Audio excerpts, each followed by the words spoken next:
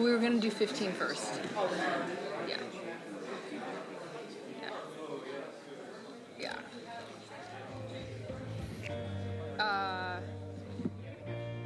Okay, I don't care. You guys, if they're ready, if the team's ready. Are they ready? Okay, then we'll go to 15. Okay. Reconvening, back in session. We now move to item number 15. And this is centralizing county space management to avoid unnecessary leasing costs and capture ongoing taxpayer savings. We'll start with public comment. Thank you, Chair Lawson-Remer. We have 9 requests to speak on this item, 3 in person and 6 requesting to speak by phone. Also note for the record that we received 2 e-comments in support.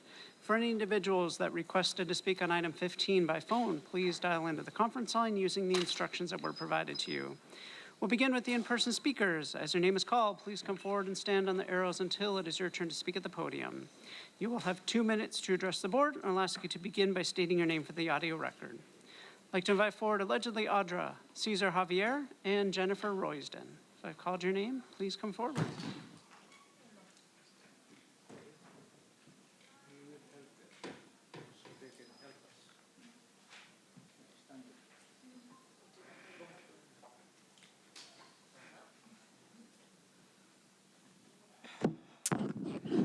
So this is interesting because you guys act like you really care about taxpayer savings. There's something that I could recommend as far as taxpayer savings that would really help out our communities, which would be to stop the Title IV funding that's coming in for foster care and taking and ripping families apart. It's billions of dollars that actually comes from Social Security that goes into destroying families, tormenting children, and doing all of the things that you guys engage in here in the county.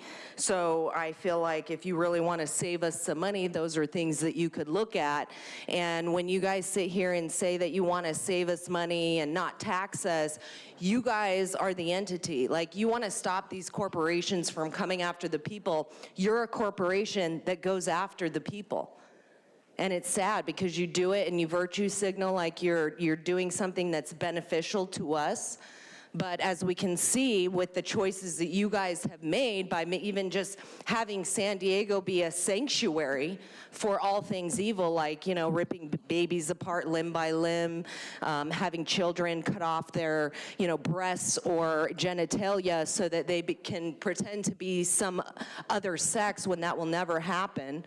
When you guys sit here and you encourage all of the illegal aliens to come in and now care what ICE is doing. And so there's funding being cut because of choices that you guys make. So when you sit here and say that you actually want to save us money, I'm wondering how that really, like, do you guys really believe that you're doing that? It's weird because you're not, and it's very sad to see. And we waste a lot of people's money with all of the choices you guys make. Next speaker, please. Cesar and Purita, District 9, City of San Diego, District 4 of the county. Mommy Steve, remember this footnote 7? You know that. You don't know. Oh, I'm sorry. Councilor Foster declared that since, and she doesn't know how to resolve it. They ignore it. This is in connection with this governance, trying to save costs. We are thankful for this item, truly, because we could use that money plus the reserve as declared by Honorable Desmond. Oh, we can now assist, support the victims of Tijuana River Valley. Let's not cover it. Let's discuss it all together. We have been praying that somehow, as I volunteer, I would like with my shovel, dig up, or with our bucket, get those sewage into the truck and bring it to the treatment plant. That is the action. When did we do that? My God, we are not competing with you. You are also intelligent. But please, allow us to work together with you. Come, Madam Aguirre, Let's go there tomorrow. Oh, not tomorrow, tonight. We will bring our bucket and shovel and plastic bags and buckets and pumps.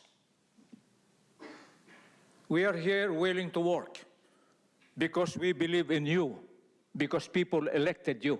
I do not know who these electors or the voters. Or, my God, I hope it's not rigged, like the one that was rigged, this garbage fee.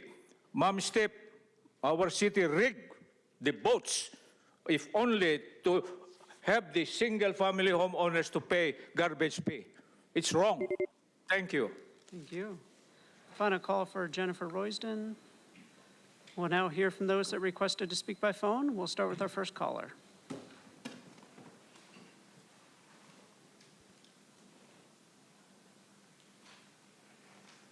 Okay, this is really a funny item. It makes sense.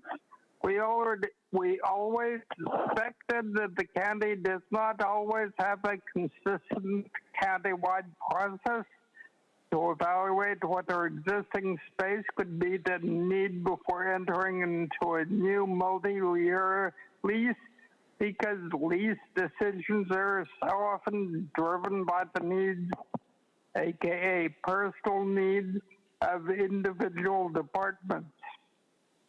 So this would mandate that you can terminate the lease early and combine departments in one building, and for the separate departments, if you can do it without early termination penalty. A good aspect of this is that it would also save on maintenance, lighting, kitchens, and facilities for separate offices and so on.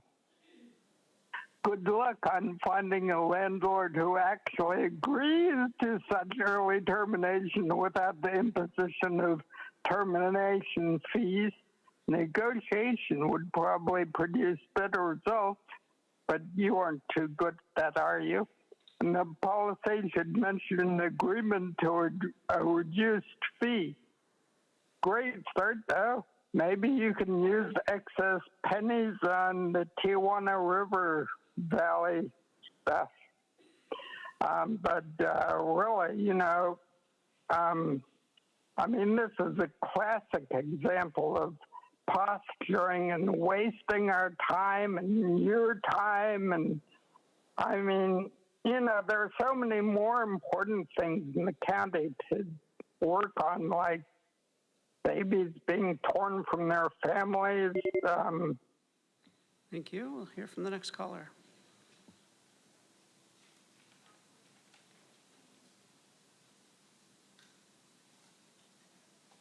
Hey, Consuelo here. I agree. There are so many more important things, but this is government. Okay, so I believe this item is about county-wide process to evaluate whether existing space could meet a need before entering into multi-year leases. Okay. Yeah, truth be told, I'm not exactly sure what the objective or the goals are of this item but here's what I do know. Anything in the county or in any local government agency that centralizes, manages, or consolidates anything almost always comes to a cost to the people. More control for the government, more restrictions, more penalties, taxes, fees, mandates, all justified as efficiency or streaming. And yep, I've spoken about this before, and I guess it bears repeating. Centralization may sound neat on paper, but in reality, it concentrates power, and concentrated power rarely works in favor of the people.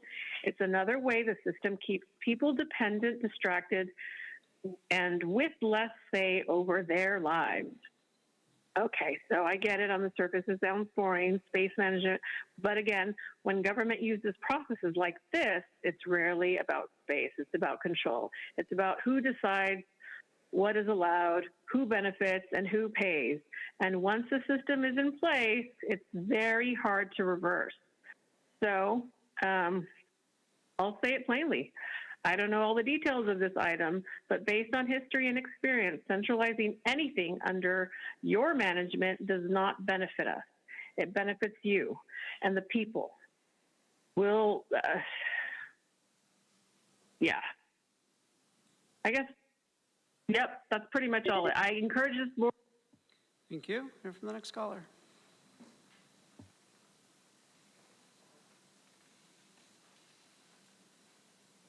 Hey, it's true. For what reason were the order of items rearranged again after lunch? The switcheroo again lacks transparency, Tara.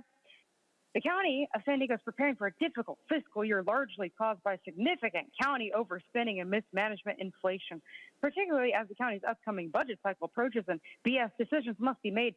Maintaining public trust requires demonstrating that every reasonable efficiency, consolidation, and cost-saving opportunity is pursued before any service reductions are considered, but somehow not reducing kickbacks to union campaign funders.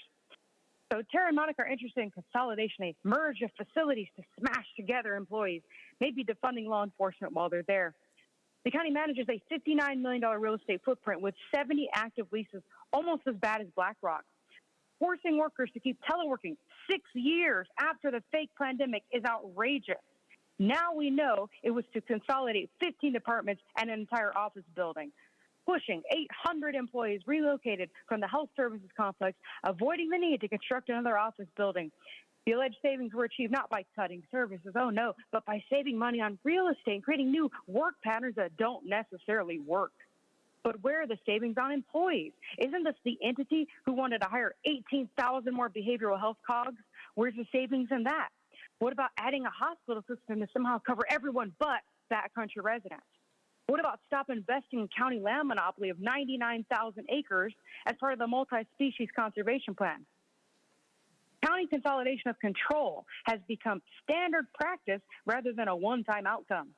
By aligning leasing decisions with the current patterns and needs of the board of dictators rather than reality, the county can capture ongoing taxpayer dollars to fraudulently waste and abuse while pretending to maintain operations and the services the public expects but doesn't know are going to be defunded. Why don't you supervisors leave this space permanently? That'd save another $1 million just in staff for slaves and then another $1 million on you puppets. Think of. Thank you. Now hear from the final caller in the queue.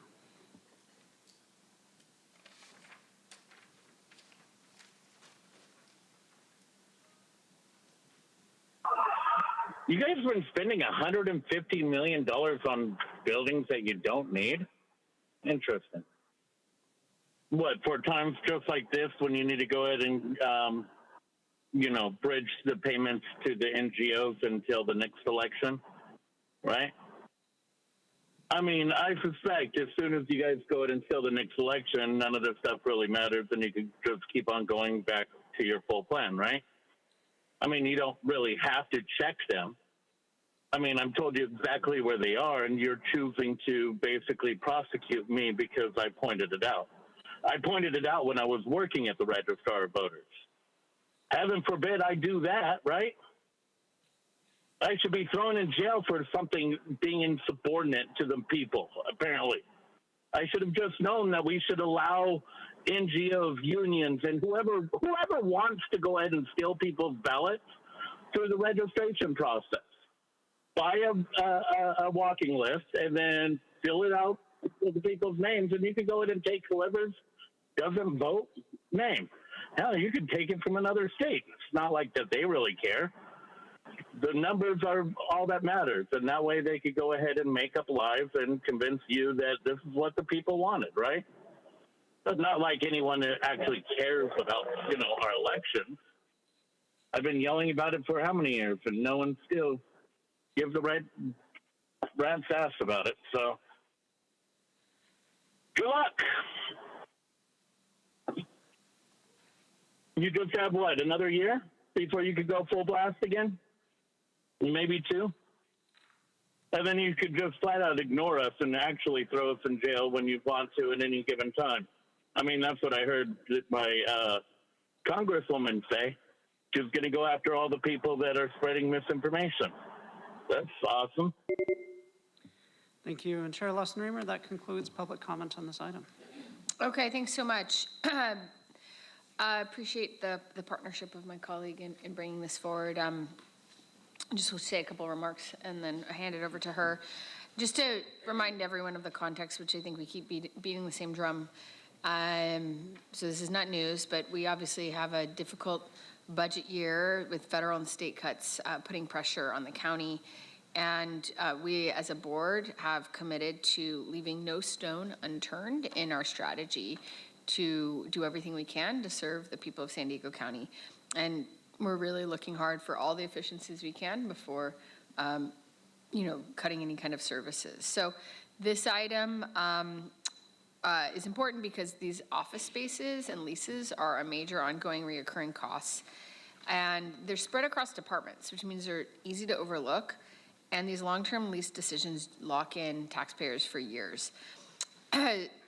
We know after having done this inventory that there's more than 70 active county leases.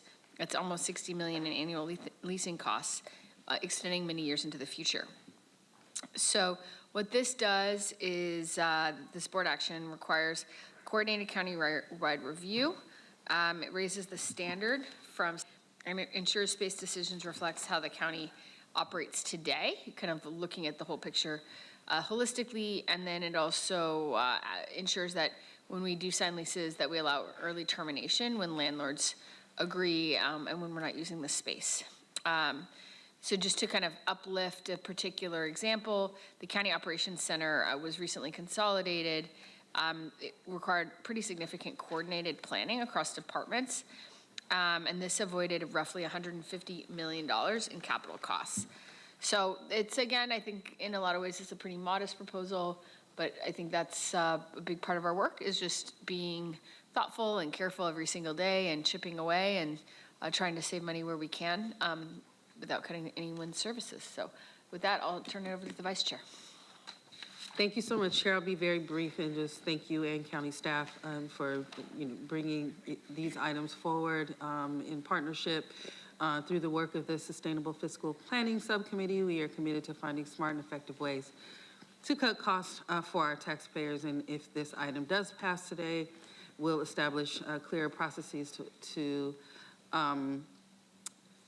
assess space utilization before the county enters into new leasing commitments. And so I won't repeat what you have said. I will go ahead and move the item and ask our colleagues for their support. Thank you so much. Thank you. Happy to second. Any comments? Questions? Okay, seeing none. Oh, Supervisor Anderson. Oh, you know what? I apologize. I don't get anything there. I jumped the gun. Thank you. This is a brilliant idea. Good job, folks. We had a lot of input from county staff. Thank you. Okay, let's take a vote. Chair Lawson-Remer, that motion passes unanimously with all supervisors being present and voting aye. Okay, thank you all so much. Okay, I'll give the team a minute, 90 seconds.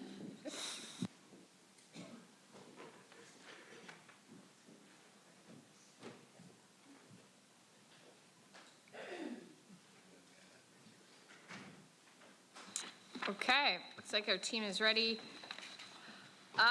So now we're moving on to discussion item 13, fire protection item 2. This is fiscal year 2025-2026, second quarter operational plan status report and budget adjustments.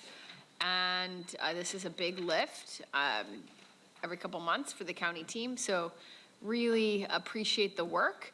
And, I know that this is what you have doing what we've asked you to do, which is to try to leave no stone unturned and looking for efficiencies. And I think a lot of that's reflected here in this quarterly adjustment. So with that, I'll turn it over to the team.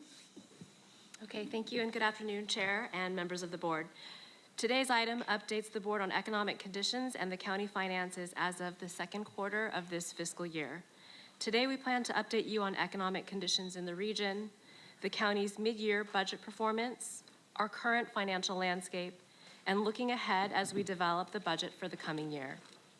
Looking first at the regional economy, this chart shows 3 key interest rates that affect everyday life: mortgage rates, treasury yields, and the Fed funds rate.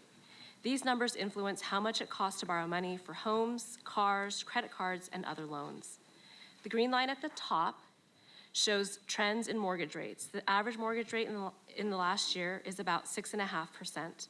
Just recently, rates fell below 6%. For San Diego, where homes are already expensive, the higher cost of borrowing adds to the cost of buying a house, impacting the housing market. Next, the orange line shows Treasury rates. Treasury rates have gone up over the last 5 years, which affects mortgage pricing and municipal borrowing costs. More recently, the current level of Treasury rates indicates uncertainty related to inflation and broader world events. The darker blue line at the bottom indicates the federal funds effective rate. This rate tracks with the Federal Open Market Committee's target range for federal funds at 3.5 to 3.75%, which the feds held steady at their last meeting in January, acknowledging continued yet slower expansion through 2025 and continued monitoring of inflation.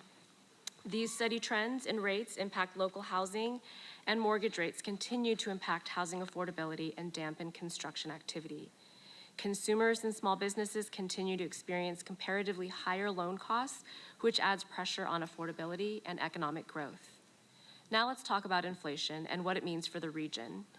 Inflation has come down from the highs seen in 2022, but it's still above the Federal Reserve's 2% target, which is intended to indicate stable and manageable economic growth. Right now, both the US and San Diego inflation is trending downward, below 3%. Still, inflation here in San Diego has been higher than the nation, and businesses continue to feel the pinch from higher costs, which can slow hiring and expansion.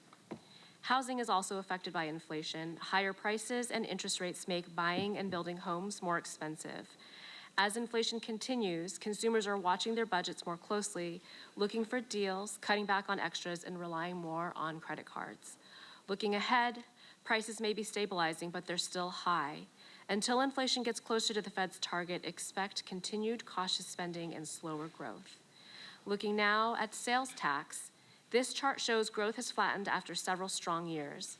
For San Diego County, sales tax revenue growth is still positive, coming in at 1.2% last fiscal year, 1.6% this year, and 2.9% projected for the coming year, a gradual improvement. Compared to the big jump seen during the post-pandemic rebound, current growth is much more modest. This region is performing better than the state, which saw a small decline last year and has seen slower projected growth. While sales tax revenues are stable and growing slightly, recent trends and the inflationary environment mean expectations should remain conservative. Local consumers are important contributors to county funding, not only through sales tax, but also through the housing market. Next, we'll look at the region's housing with a quick snapshot as of January of this year. First, as seen in the top section here, prices remain strong. The median price for a detached single-family home is a little over $1 million, continuing the upward trend in the region we saw throughout 2025. Second, as the bottom chart shows, sales activity has softened. The region is down roughly 7% year over year, which suggests real estate market demand is cooling compared to last January. Local housing prices are holding firm despite slower sales, which points to ongoing affordability challenges and a housing market that remains competitive. With assessed value staying high and continued increases anticipated in consumer prices, property tax revenues should remain stable and are expected to still grow modestly.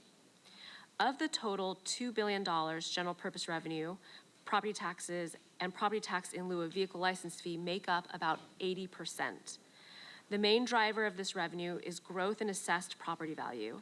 As property values rise, so does the county's discretionary revenue to fund critical programs and services for the community. This slide shows the trend in locally assessed secured property values from 2015-16 through the projection for 2026-27. We've seen steady growth from about $428 billion in 2015-16 to over $750 billion today.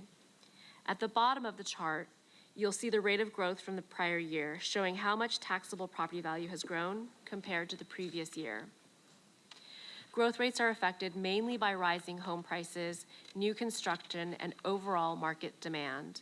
Economic conditions, inflation, and supply constraints also play a role. We monitor these trends closely because they're the primary factor behind property tax revenue, and that revenue supports the programs and services the community relies upon. Revenue and other projections are a key part of our quarterly financial results, which I'll turn to next. This slide includes an update on the county's general fund performance through the second quarter of the fiscal year. Accounting for expenditure and revenue variances, the projected general fund operating results stand at $10.2 million, which represents 0.1% of the total general fund budget. This narrow margin underscores the importance of continued fiscal discipline moving forward. Looking at the major contributors to fund balance in the chart on the right, general purpose revenue, or GPR, is the largest positive driver, contributing a net of approximately $32 million. Overall, quarter two reflects a much stronger GPR outlook driven by assessed valuation growth, solid tax performance, and updated data. The biggest driver from our first quarter update to the board includes projections related to redevelopment successor agency revenue up $10.8 million and property tax revenue up $8 million. Sales and use taxes also bring in additional $4.2 million, and motor vehicle in lieu revenue brings in $3.2 million. Groups including land use and environment, health and human services, and finance and general government are also contributing modest positive variances to the county's mid-year performance. Public safety continues to exert pressure with a negative impact of about $28 million, which largely offsets efficiencies elsewhere. PSG's negative projected fund balance is primarily driven by budgetary pressures in the sheriff's office. This is unchanged from first quarter. The main drivers of this negative include salary adjustments made in their salaries and benefit budget, higher than anticipated medical contracts, and increased costs necessary to house a growing average daily jail population, which is attributable to Prop 36 implementation. Additionally, revenues are anticipated to come in lower than budgeted due to lower costs that would have been funded by these funding sources. The Sheriff's Office continues to work with the county team, including the Public Safety Group Executive Office, the Office of Financial Planning, and my office to monitor the situation and work together to develop mitigations. Next, we look to the funds outside of the general fund. This slide shows how the county's other funds are doing halfway through the fiscal year. These funds cover things like roads, libraries, airports, and special districts. Overall, as highlighted here, we expect other county funds to finish the year with a positive balance of about $24 million combined, which is less than 1% of their total budget. The chart on the right shows the main contributors to that fund balance, with special revenue funds being the largest. The road and library funds are the biggest contributors in that area, mainly attributable to lower than budgeted project costs and higher intergovernmental and property tax revenue. Special districts also show savings, mainly due to lower than anticipated costs for the sanitation district.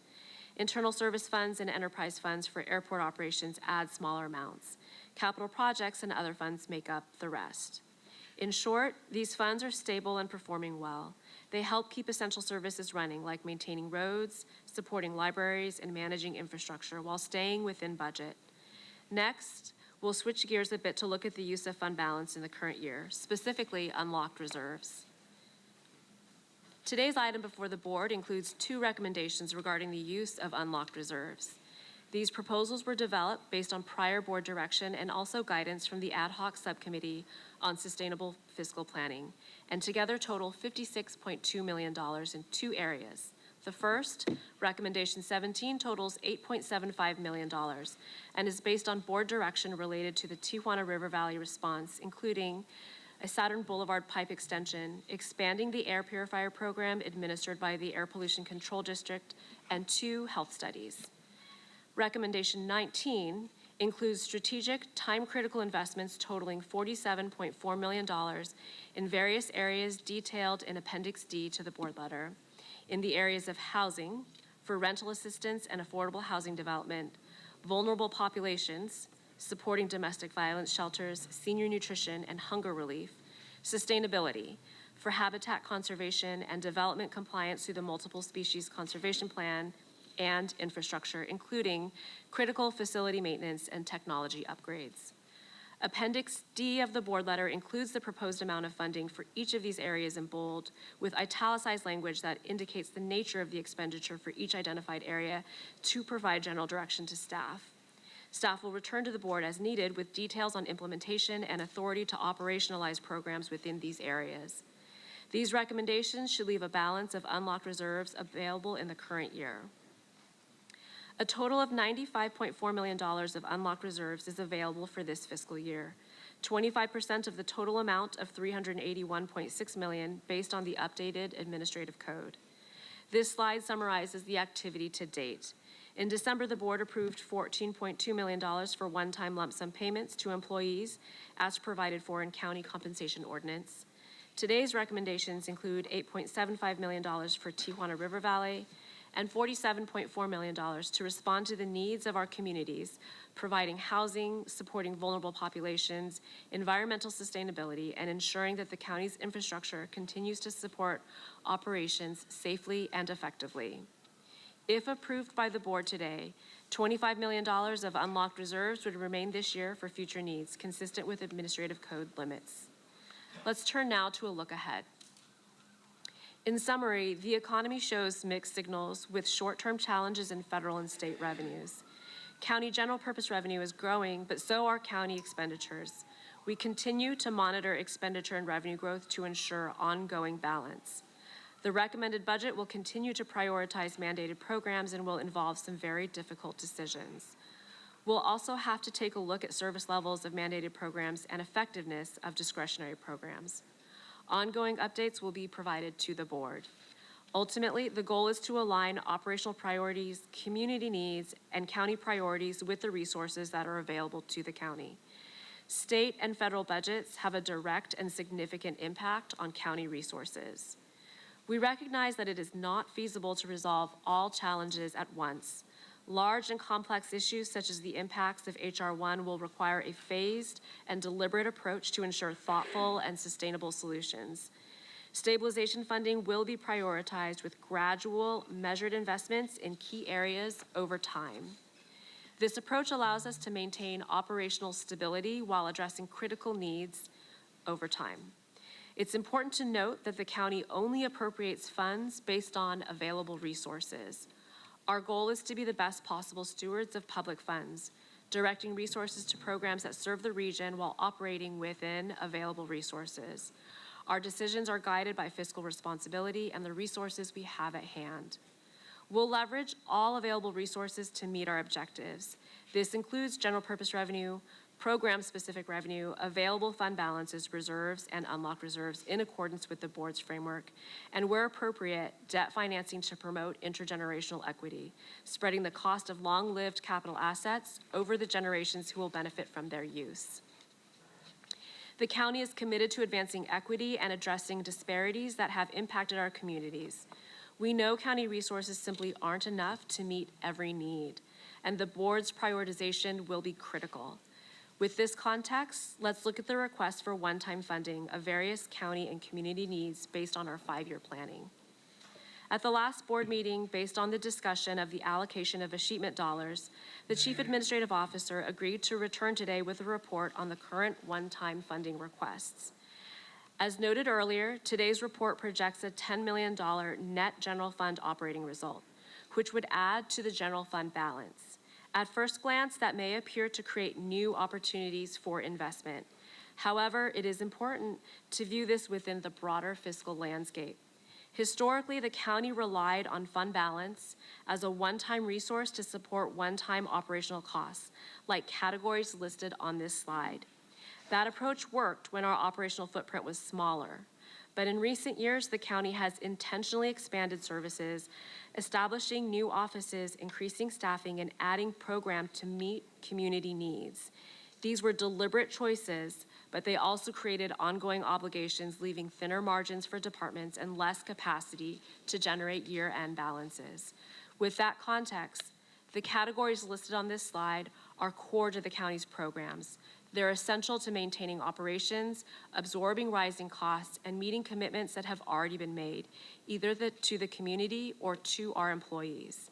These are things like supporting affordable housing, updates to information technology data centers, mitigating environmental impacts and reducing greenhouse gases, the stormwater program, maintaining county infrastructure, replacing the Vista Detention Facility, including a behavioral health wellness campus, and funding the labor agreements that have been approved and incorporated into the county's compensation ordinance.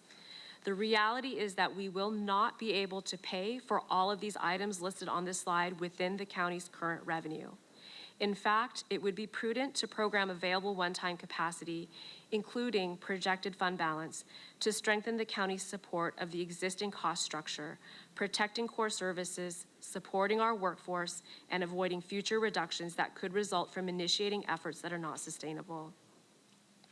Given the magnitude of the request before us, prioritization will be necessary. Not all requests can be supported with existing resources. Current dollars would be more wisely used on current obligations and requests. The county team will continue pursuing funding opportunities and leveraging all funding sources with consideration of the dynamic federal and state landscape.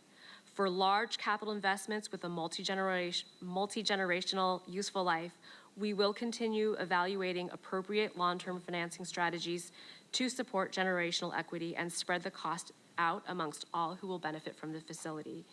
These strategies may include general fund supported financing, public-private partnerships, or general obligation bonds. As we move forward in the current budget process, the county team will continue to refine these requests, scaling them to align with available revenue and seeking board and community input to ensure we effectively prioritize the county's cost structure, managing projected needs in the short and long term to ensure continued support of our region and our communities. Thank you for the opportunity to provide a mid-year update on county finances. Subject to your questions, this concludes the staff presentation. If any of my colleagues have any just sort of initial questions, if not, we're going to go to public comment before we have board discussion. Okay, seeing no questions, go ahead. Thank you, Chair Lawson-Remer. We have 39 requests to speak on this item, 23 in person, and 16 requesting to speak by phone. Also note for the record that we received 58 e-comments, 55 in support and 1 neutral. For any individuals that requested to speak on item 13 and Fire Protection District item 2 by phone, please dial into the conference line using the instructions that were provided to you. We'll begin with the in-person speakers. As your name is called, please come forward and stand on the arrows until it is your turn to speak at the podium. Because there are 10 or more speakers on this item, you'll have 1 minute to address the board, and I'll ask you to begin by stating your name for the audio record. I will be calling you in groups of 3, so I'll ask you to please listen for your name. I'd like to invite forward the first 3 individuals, Karina Pugh, Alana Martinson, and Melinda Forstay. If I've called your name, please come forward.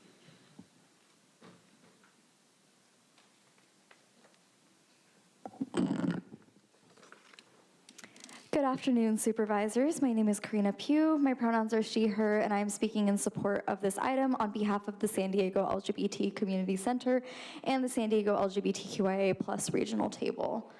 We are grateful that within this item, $3.2 million from the reserves has been allocated to sustain LGBTQIA+ adult housing.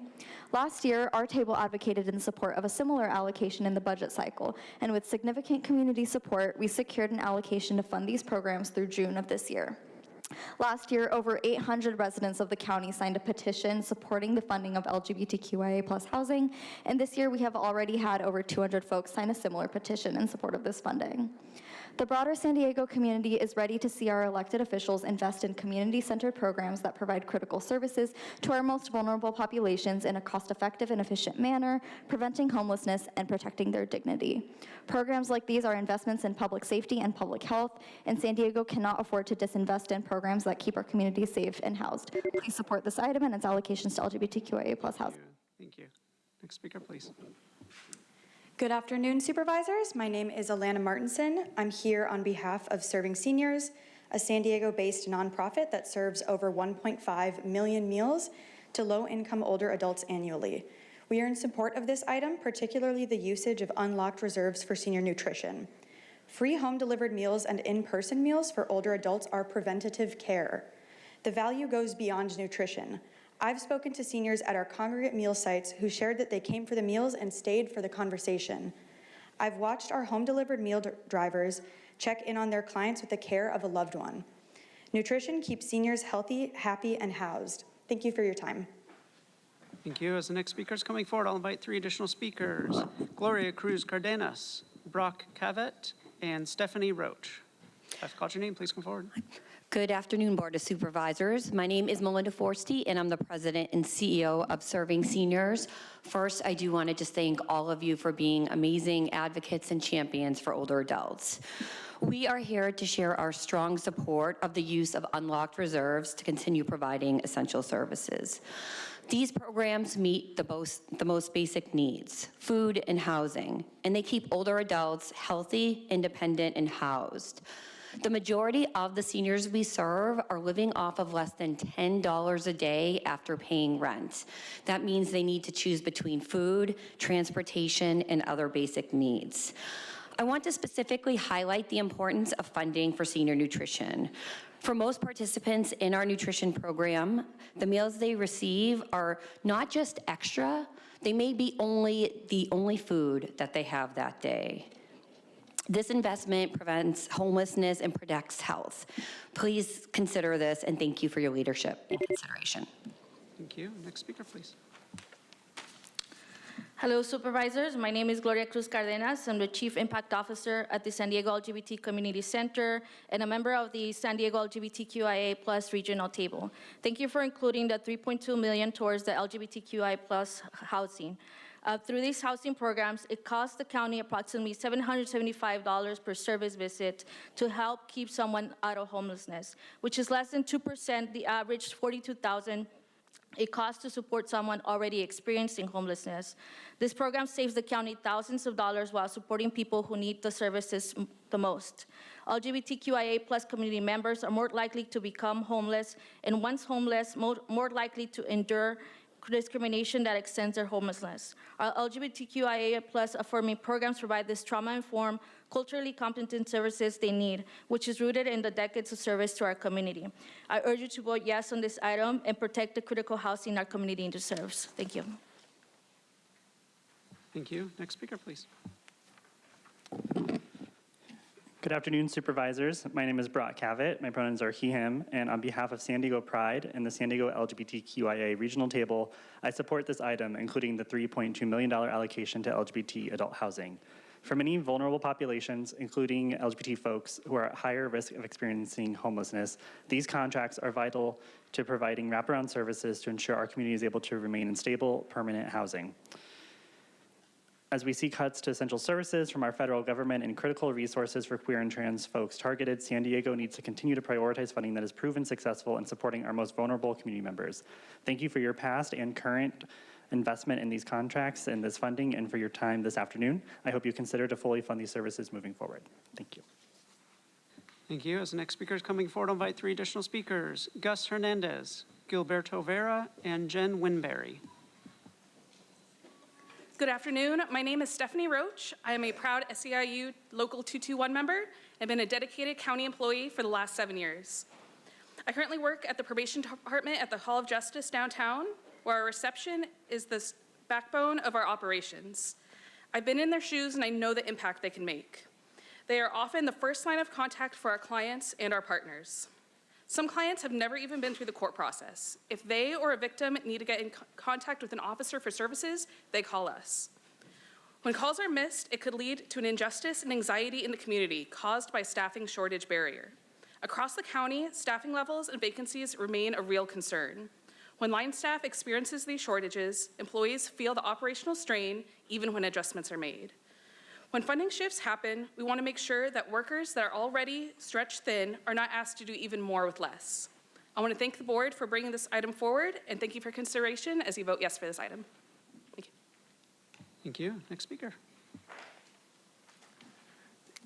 Good afternoon, Supervisors. My name is Gus Hernandez. My pronouns are he, him, and I'm here to ask you to support this item, which includes a $3.2 million allocation to fund innovative adult housing services.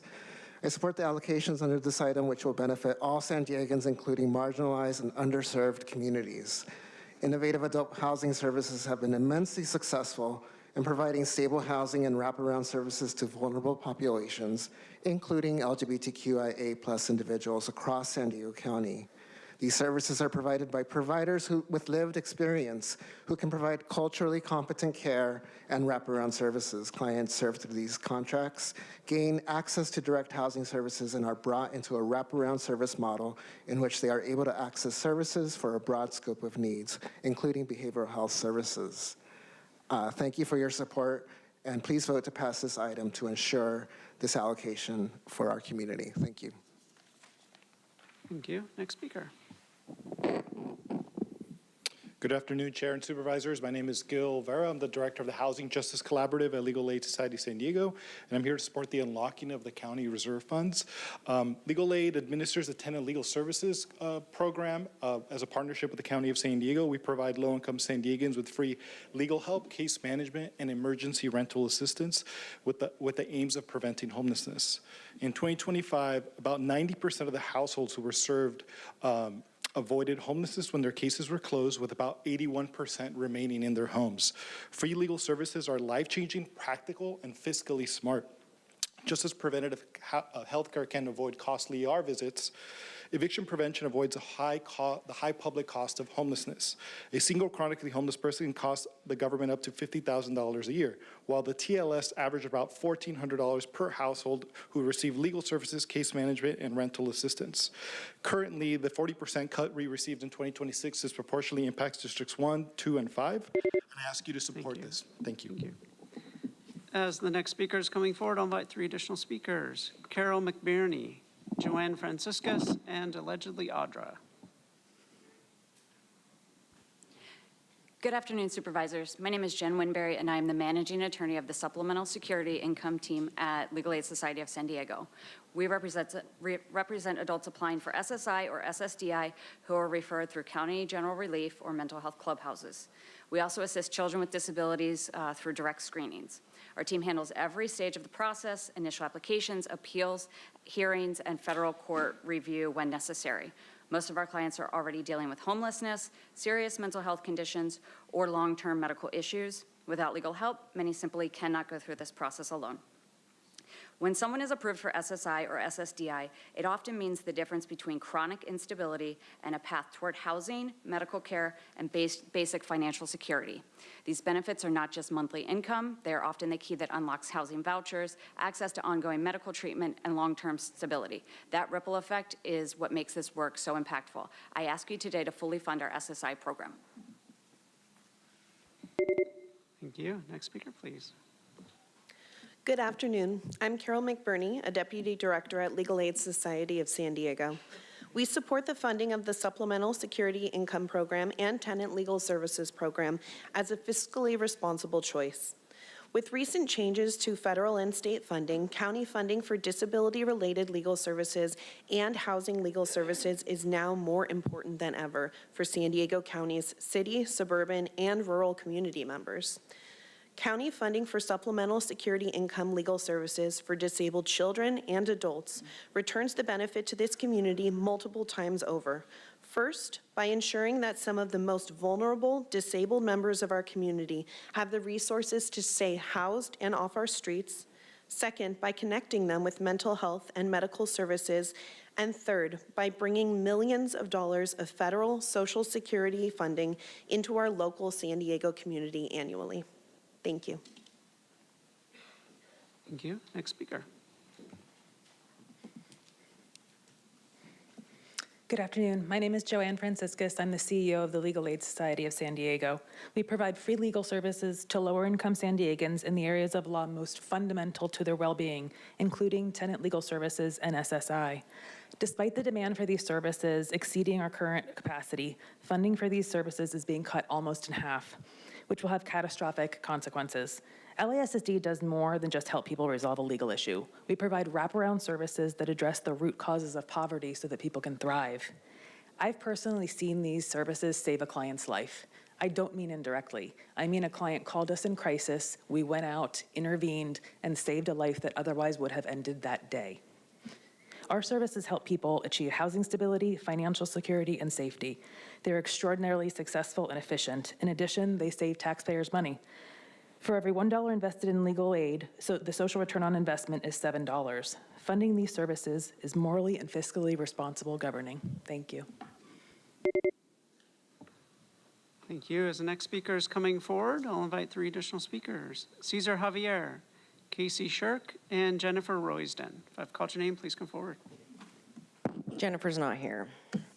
It is interesting to see when people show up for the budget, because money whores always want to come in and get any kind of money you can get. But anybody that actually wants to help the community gets, you know, kind of pushed out from doing that. And it's interesting to see how much money that you guys spend and looking at the world around us and how much better it could be if you guys actually really cared about humanity and not just exploiting people or having them check a certain box and excluding them if they don't completely agree with everything that you guys support, which is completely demonic. But it is just showing where our world is at and how money is the root of all evil. I mean, children get exploited on a day, like that's where all the money comes from, with all of these people in power that people want to go against. But it's like when it comes down to really like standing in the gap for our future, nobody wants to do that, but you'll come here and, you know, get on the knee and beg for money to destroy our community even further. Good job.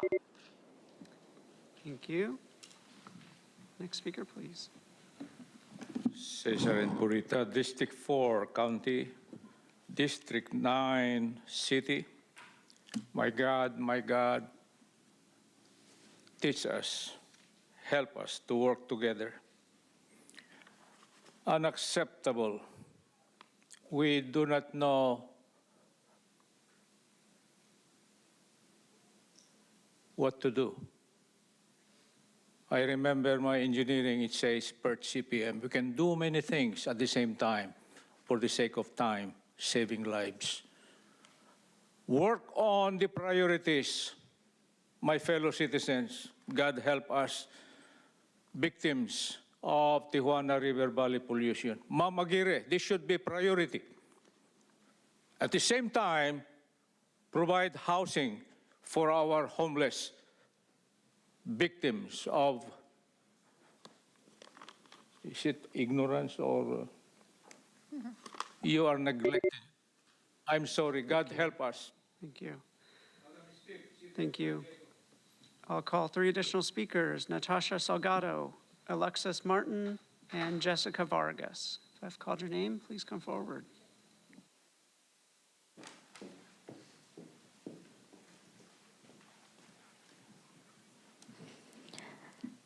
Good afternoon, Chair and Supervisors. My name is Natasha Salgado, and I serve as Vice President of Programs and Strategic Initiatives with City Heights Community Development Corporation.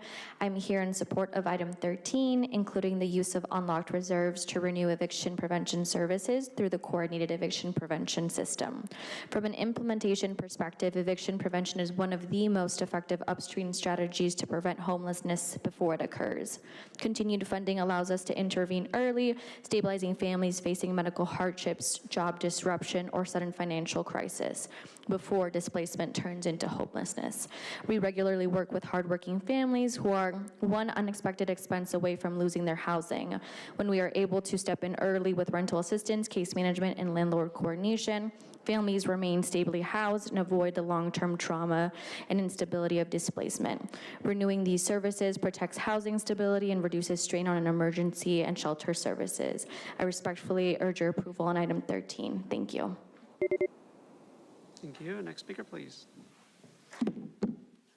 Good afternoon. My name is Alexis, and I'm here in support of item 13, unlocking the reserves to continue eviction prevention services through SEPS. I'm a former SEPS case manager. I worked with families facing medical emergencies, disability delays, sudden income loss.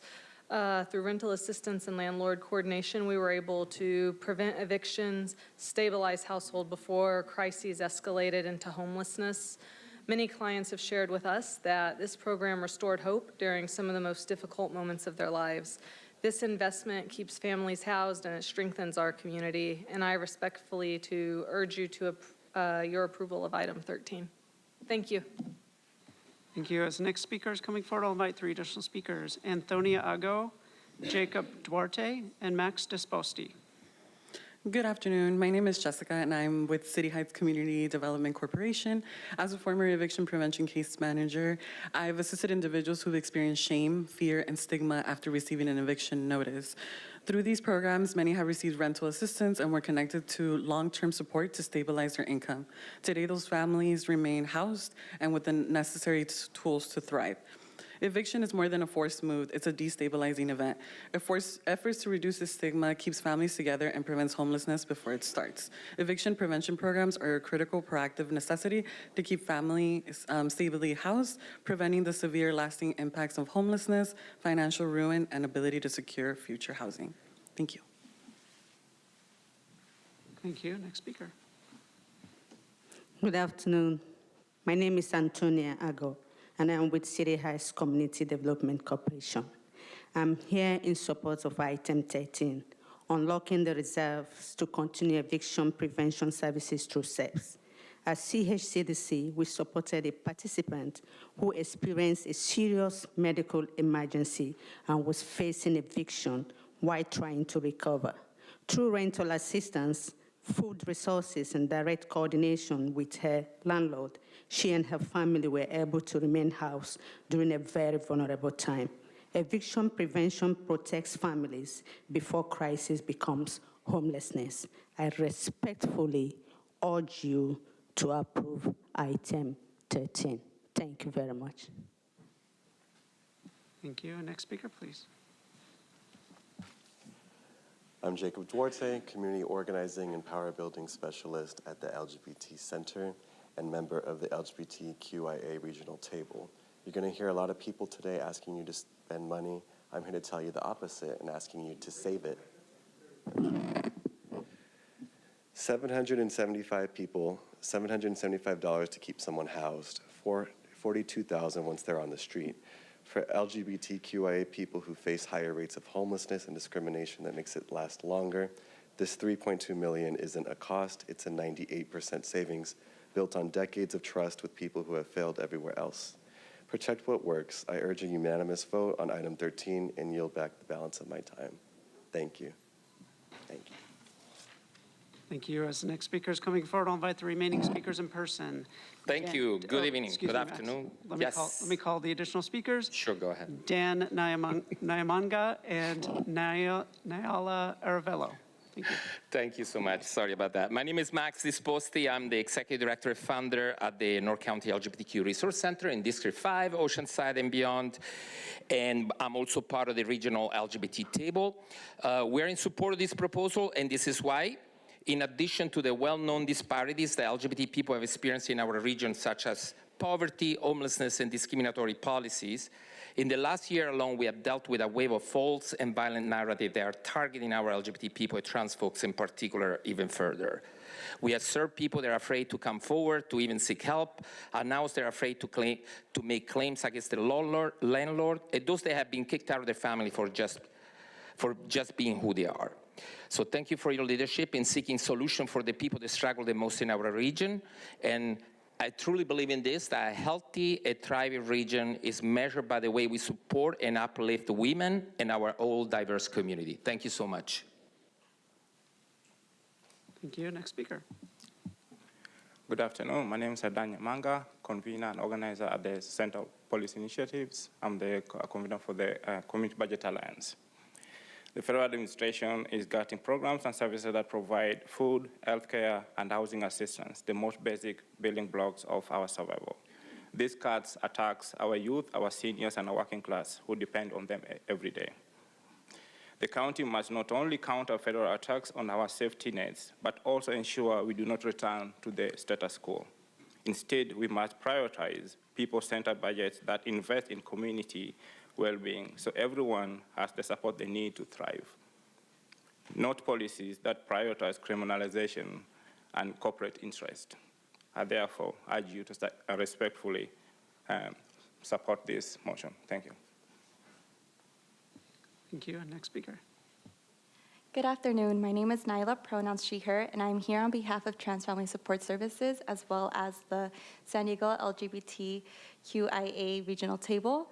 We are grateful that the budget ask for LGBTQIA housing is being included through the unlocked reserves. These programs provide critical LGBTQIA affirming housing support to community members who are experiencing or at risk of homelessness. They are proven, effective programs that help people remain stably housed and prevent the trauma and high public cost of homelessness before it happens. These services are working, they are needed, and they save lives. Today we respectfully ask for 4 votes yes to ensure these contracts continue without interruption. Thank you for your leadership and your consideration. Thank you. A final call for Casey Shirk and Jennifer Roysden. Not seeing any movement in the chamber, we'll now hear from those that requested to speak by phone. When it is your turn to speak, you will be unmuted and you will hear a recording that will tell you to begin your comments. We'll begin with our first caller.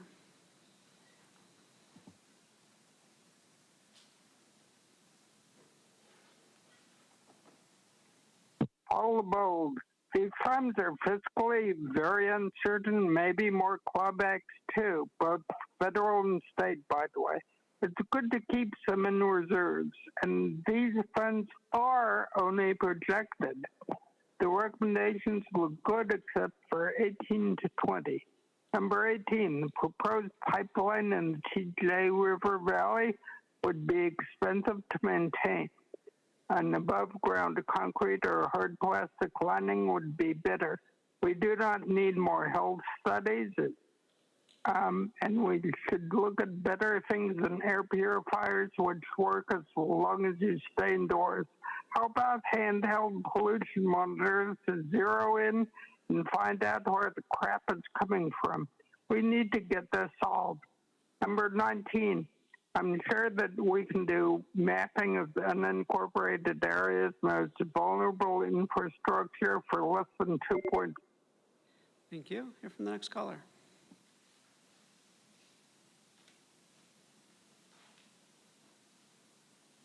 Consuelo. Okay, so depleting the reserves for a bunch of estimates. Got it. How about bypass the reserves and just donate from your salary, Tara? Help the helpless alphabet army, the they them. You know, it's real pride. Real pride is not relying on government for anything. If you truly care about the budget, then give up your salary. You care about community, right? Let's see you give up your money while still fighting for the people, as you convinced yourselves you're doing. You won't. You're in that chair because it's lucrative. The only change you look forward to is your bank account going up and climbing that political ladder. You love the position of power, don't you? You make close to $300,000 being in that chair. Who knows how much more from outside interests? Hard times call for sacrifice. You'll be fine with $100K, Tara. Donate the rest. Help reduce the struggle on the ones dependent on government. Any sane leader would. Any sane leader should. Thank you. On to the next caller.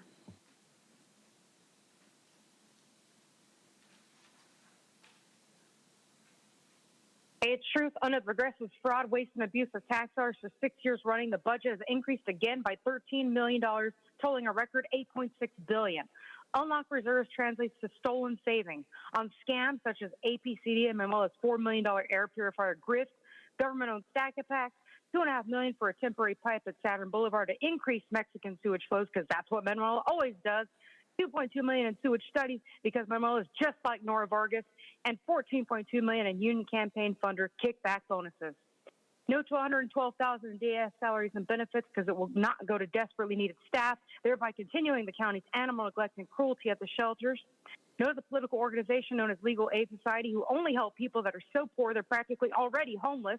For as many tax dollars as they receive, they should service everyone. No to Trans Family and Dispositives Resource Center Mafia, who've both done nothing but harm children. Only yes to fire engines, ambulances, equipment, and livestock emergency shelter and trailers. Back to basics in the fraud. Thank you. On to the next caller.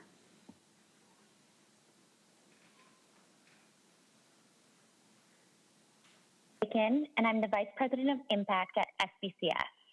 I'm humbled to be here today to say thank you for ensuring funding for Casa Mariposa, the region's largest domestic violence shelter. We know how strained the county's budget is, and we are grateful that you have found a way to help us keep the shelter open. Casa Mariposa exists in large part because courageous public leaders chose to stand with survivors, and we are profoundly grateful.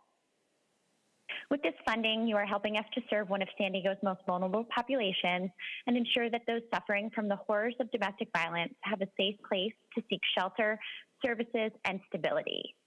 When we opened Casa Mariposa in 2024, we almost doubled the number of beds available in the region, and we were nearly full on day one. This is a clear demonstration of the needs of victims and families seeking shelter. Casa Mariposa is open 24 hours a day and provides trauma-informed care and support to victims. We have served nearly 350 families in the short time the shelter has been open and look forward to serving. Thank you. Hear from the next caller.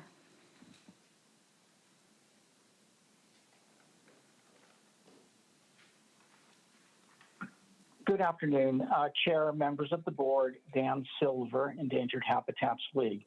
We wish to lend our support to recommendation 19 in the board letter shown in Appendix D under sustainability. This would make available $2 million in otherwise unspent monies for the MSCP, which is much needed. This will support recreation, biodiversity, and permit streamlining. Thank you. Thank you. We'll hear from the next caller.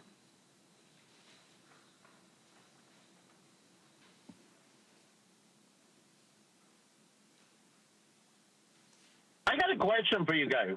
We spend so much money to keep LGBTQ, A, P, C, D, whatever group of people off the streets. What are the numbers, and why are we investing so much money in that? I mean, seriously, do we have a number of how many people are in that group that are all homeless? Or is this just a speaking point for that actually means nothing? Because there must be a problem for you guys to constantly be throwing money at it. So you must know a number, but I can't find anything anywhere. Is that much like you saying you're going to go ahead and look into the voter fraud exactly what I said and not really do it? Are these just speaking points like, hey, we go ahead and support young black inventors, but, you know, we pay Congress to go ahead and rebuild his machinery so that we can give it to the private sector, when all he wants to do is recycle plastic, much like you guys. Thank you. Hear from the next caller.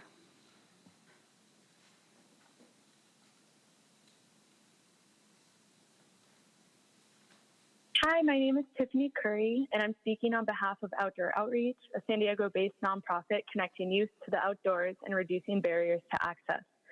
I'm also honored to speak on behalf of the Tijuana River Coalition. Many of the youth we serve in communities directly impacted by the pollution are in the Tijuana River Valley, and we've seen firsthand how this ongoing crisis limits access to safe, healthy outdoor spaces and affects families' well-being. Thank you to the board for your vote last month approving these related critical items. We are deeply grateful for your commitment to communities disproportionately impacted by this crisis. We especially appreciate the funding for the air purifier program, the Saturn Boulevard hotspot, and health studies to assess long-term impacts. These investments address urgent air quality needs, infrastructure improvements, and community health. And I look forward to the day children can enjoy this region's beauty, play at their local beach without fear, and catch their first wave with joy. Thank you so much. Thank you. And Chair Lawson-Remer, that concludes public comment on this item. Okay, thank you so much, Vice Chair Montgomery Stepp. Thank you so much for the presentation. I'm going to focus on two areas that I think are worthy of highlight. As always, the entire presentation is very thorough, but I'll just focus on a couple of things. One is the public safety group's substantial negative variance. I know Joni indicated that we're still we're working on that, right-sizing that. But I would like to note that according to the report, every business group is projected to end the year with a positive operating balance, except for the public safety group, which is currently showing a $28.2 million negative general fund balance, a significant amount, deserves focus and attention. A question as far as just our general budgeting principles go as related to government finance what are the implications of a department having a negative fund balance? So with regard to the negative fund balance, and I'll just speak to generalities, although both apply to what's happening in public safety group right now, is negative fund balance can be a result of either exceeding your appropriations, which is spending beyond which you've been authorized to spend, or under realizing revenues. And so in the case where you're under realizing revenue, because the county has to stay balanced, we would have to find a way in order to backfill those revenue as needed, whether it's on a one-time basis or if it's finding an ongoing, well, in this instance, it would be finding a one-time source of money to end the year. In the case of exceeding appropriations, usually what we do here as a county team is we look to see how we might be able to help a department to spend within its authority. And in the case that doesn't happen, there is a section of state government code that does note that department heads are responsible for any amount that is spent in excess of appropriations. Okay, thank you for that. It's important to address. It could have additional potential impacts of the general fund's ability to respond to additional emergencies, create pressure to pull from one-time reserves, increased likelihood of service cuts elsewhere. So I know that you all are working on that. But I do want to acknowledge also that the implementation of Prop 36, which increased the average daily jail population between 300 and 500 individuals, is really having a major impact on the budget, and that trend does underscore the importance of alternatives to incarceration, such as diversion programs, restorative justice, rehabilitation, and reentry support. I believe that, I won't go into it too far, but I believe that reducing the jail population pressures is not only a matter of policy and public health, but also critical to supporting, stabilizing the fiscal outlook of the public safety group. So with that, I want to go into the next area, which is the recommendations from the ad hoc subcommittee. I want to thank the CAO and the entire staff for your support and your work in supporting these initiatives and investments in shallow rent subsidy, tenant legal services, LGBTQ housing support, affordable housing development, community violence intervention efforts, extending the county's senior nutrition program, and then hunger relief grants. So these are meaningful investments that strengthen housing stability, expand tenant protection, support community safety programming, and ensure that seniors and families have access to nutrition and basic needs. Very grateful to see these priorities reflected in this quarter's funding actions, and I do believe that this is certainly an investment in our community that helps our budgetary process, because as people move from these services that in the event they are no longer provided, then it's an additional burden on the county's budget that we won't have that funding. So I want to thank our community partners for doing this work, for being here today. And my hope is that we remain attentive to both sides of this report, those fiscal risks that we are facing with the public safety group, and then meaningful community investments enabled through our unlocked reserves. So with that, I know that we need a motion. There's a very, very long recommendation. And thank goodness so far right now, Andrew does not have to read it. I don't have any changes right now. And so I will move the recommendation as it currently reads in the board letter. Thank you. Thank you. Very long. Thank you. Reflecting lots of work by the team. Supervisor Desmond. Thank you, Madam Chair. Appreciate it, and thanks for the presentation. I'm happy to see that we can make some great investments in this item, particularly $6 million for county fire, new fire engines, and other vehicles for public safety. However, I'm concerned with a couple of the recommendations and the process in which they were brought forward. It's no secret I'm not a fan of spending reserves. Recommendation 19 is very concerning for me, and so I'm going to ask at the end if we can bifurcate item 19. The recommendation is asking the board to approve spending $47 million of unlocked reserves that are mostly going to ongoing programs. And this is one-time dollars. One-time monies on ongoing programs is not a formula for success. While I'm supportive of many of the efforts this money would go towards, what happens when this money runs out? And there's no replacement mechanism. And these, like I said, these are one-time monies, and once we spend reserves, that money is gone. It's never going to be replaced. So if these programs are a priority, we should fund them in the regular budget cycle, not through our emergency reserves.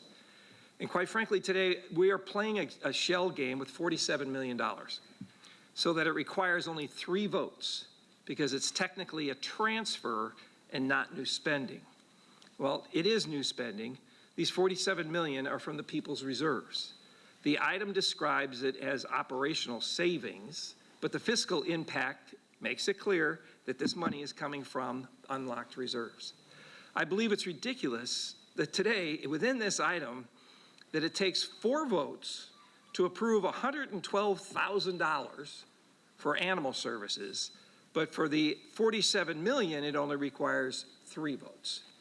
So for recommendation 17, I'm supportive of spending the reserve dollars, one-time costs, on the associated Saturn Boulevard pipe extension and the air purifiers that we already had. I think we had that at last meeting. I don't know why it's there again, but oh well. The only thing is I'm not supportive of the $2.25 million for the health studies. We know what's causing the issue in Tijuana River. It's the sewage coming across the border. So I'm not in favor of that. That's the 3rd bullet on item 17. But I would like to ask the maker of the motion if it's okay for bifurcating item 19 and voting separately on that. Thank you very much. Okay. We don't have a second. I don't have yet. a second let's yet. just, let's just let the. I mean, I don't necessarily have an issue with it, but. Okay. So the motion on the floor, the maker of the motion will allow a bifurcation of the item. So turning over the floor to Supervisor Aguirre, or Chair Pro Tem Aguirre. Thank you, Chair. So I just want to quickly say that as we navigate these challenges, it is all the more reason to lean into actions that provide upstream protections while also enhancing the long-term fiscal health of the county. We as a county have to prioritize budget decisions that address the needs of vulnerable individuals and families proactively rather than waiting to intervene after issues worsen.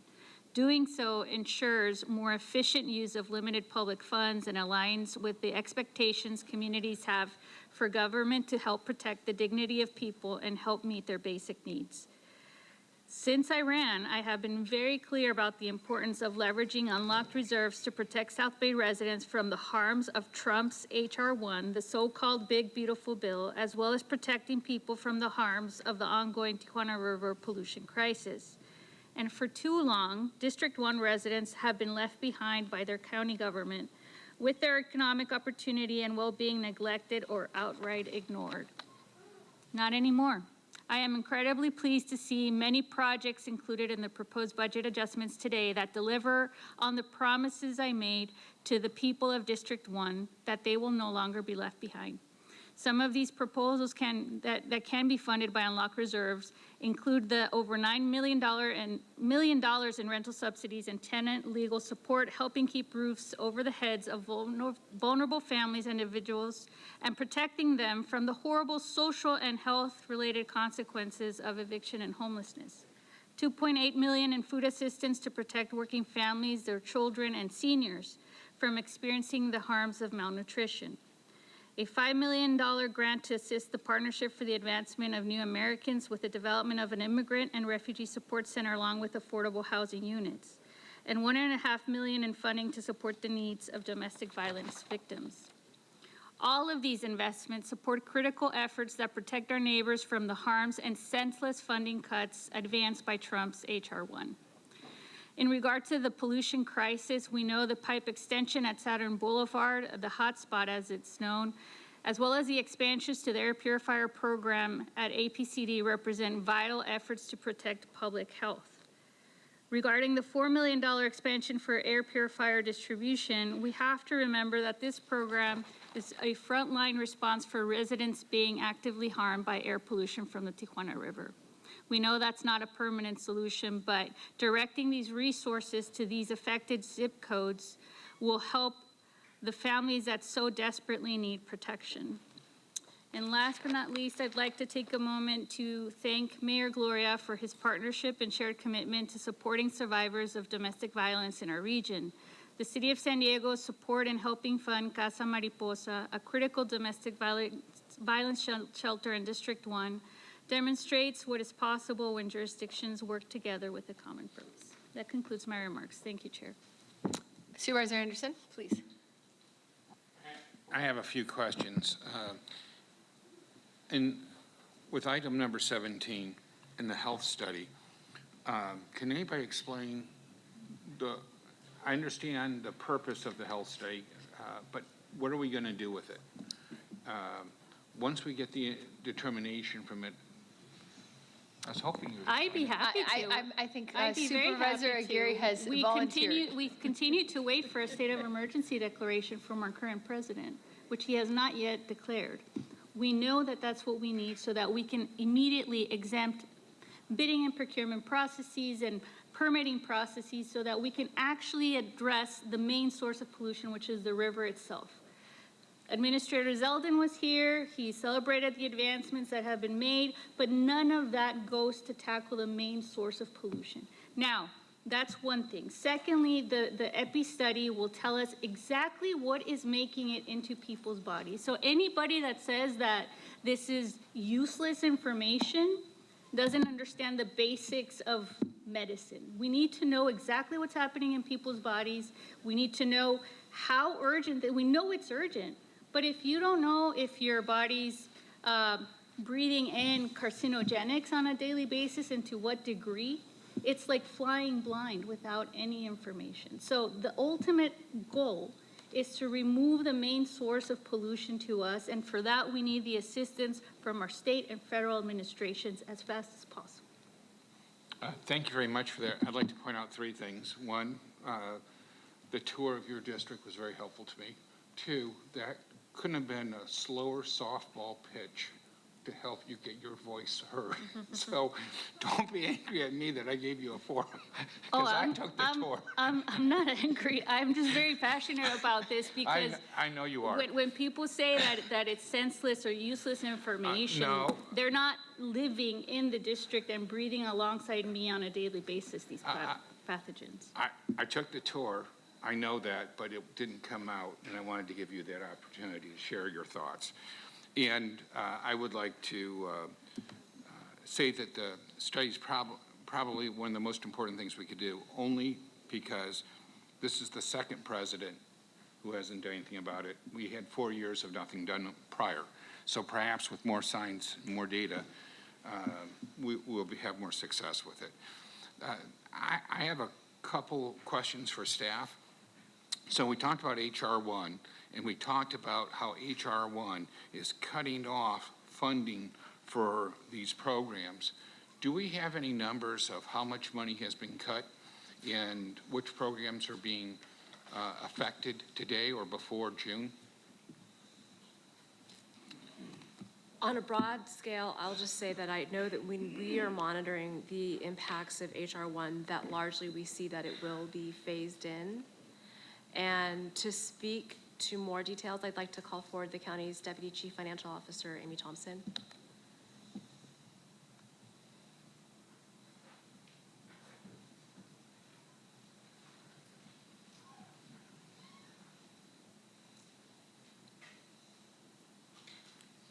Thank you, Supervisor, for the question. So what Joan says is exactly right. We do anticipate, we're planning right now as part of the budget for a significant impact for our administration funding for CalFresh, and rolling out into subsequent years, we would expect to also see potential funding impacts for CalFresh benefits. We are seeing impacts likely to the recipients of our safety net program starting this year, but the funding doesn't necessarily come directly to us. But recipients will start to see impacts this year. So do we have programs that have lost funding or will lose funding before this June? We do have, not necessarily tied directly to HR 1, but we have certainly some programs within public health that have lost funding. Our CalFresh Healthy Living program, which funded services within public health services, aging and independence services, is experiencing reductions. I think we have some, I'm looking at Dr. Hernandez because she might step in, but some immunization funding that is being reduced, and certainly other public health services, grants from the CDC that have been targeted and have temporary restraining orders in place that we are monitoring very carefully there. So when I look at, say, the tenant legal services where we're giving $3 million,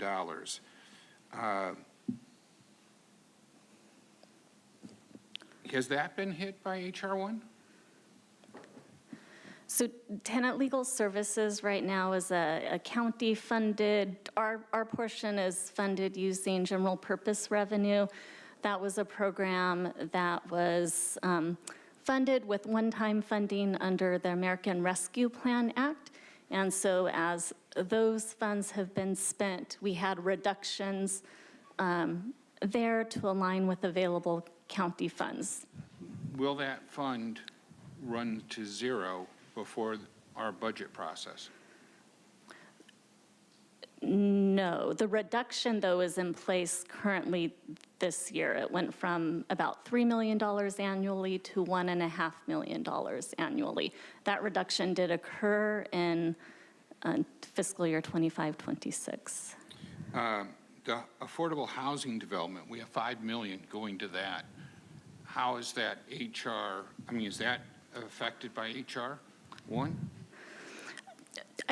I think with a lot of the programs that are listed on attachment D as candidates for unlocked reserves are envisioned to help the same population that would be impacted from all of the safety net ramifications of the changes to federal funding and the additional administrative hurdles and enrollment processes that could make it more difficult to keep people connected to care. That makes sense.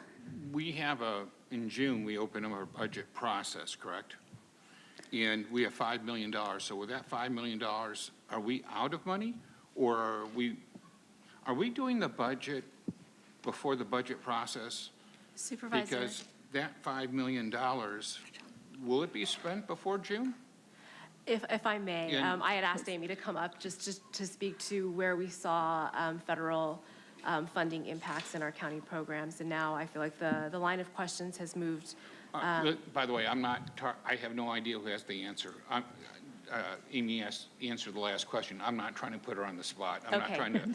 Okay, so I just wanted to, Amy, you do a lovely slide job, in and talk a little bit about the, thank you, Amy, little bit about the. Let me tell you what I'm going through. Sure, sure. I'm going through Schedule D, and I'm looking at this stuff, and much of it is in our usual budget process. We're 3 months away from the usual budget process. I thought the purpose of this exercise was, and I'm very open to it, and I agreed to it, was to look at HR 1 cuts that are impacting us and backfilling those cuts. But this is far exceeding any cuts or anything. And my district, my constituents are very smart people.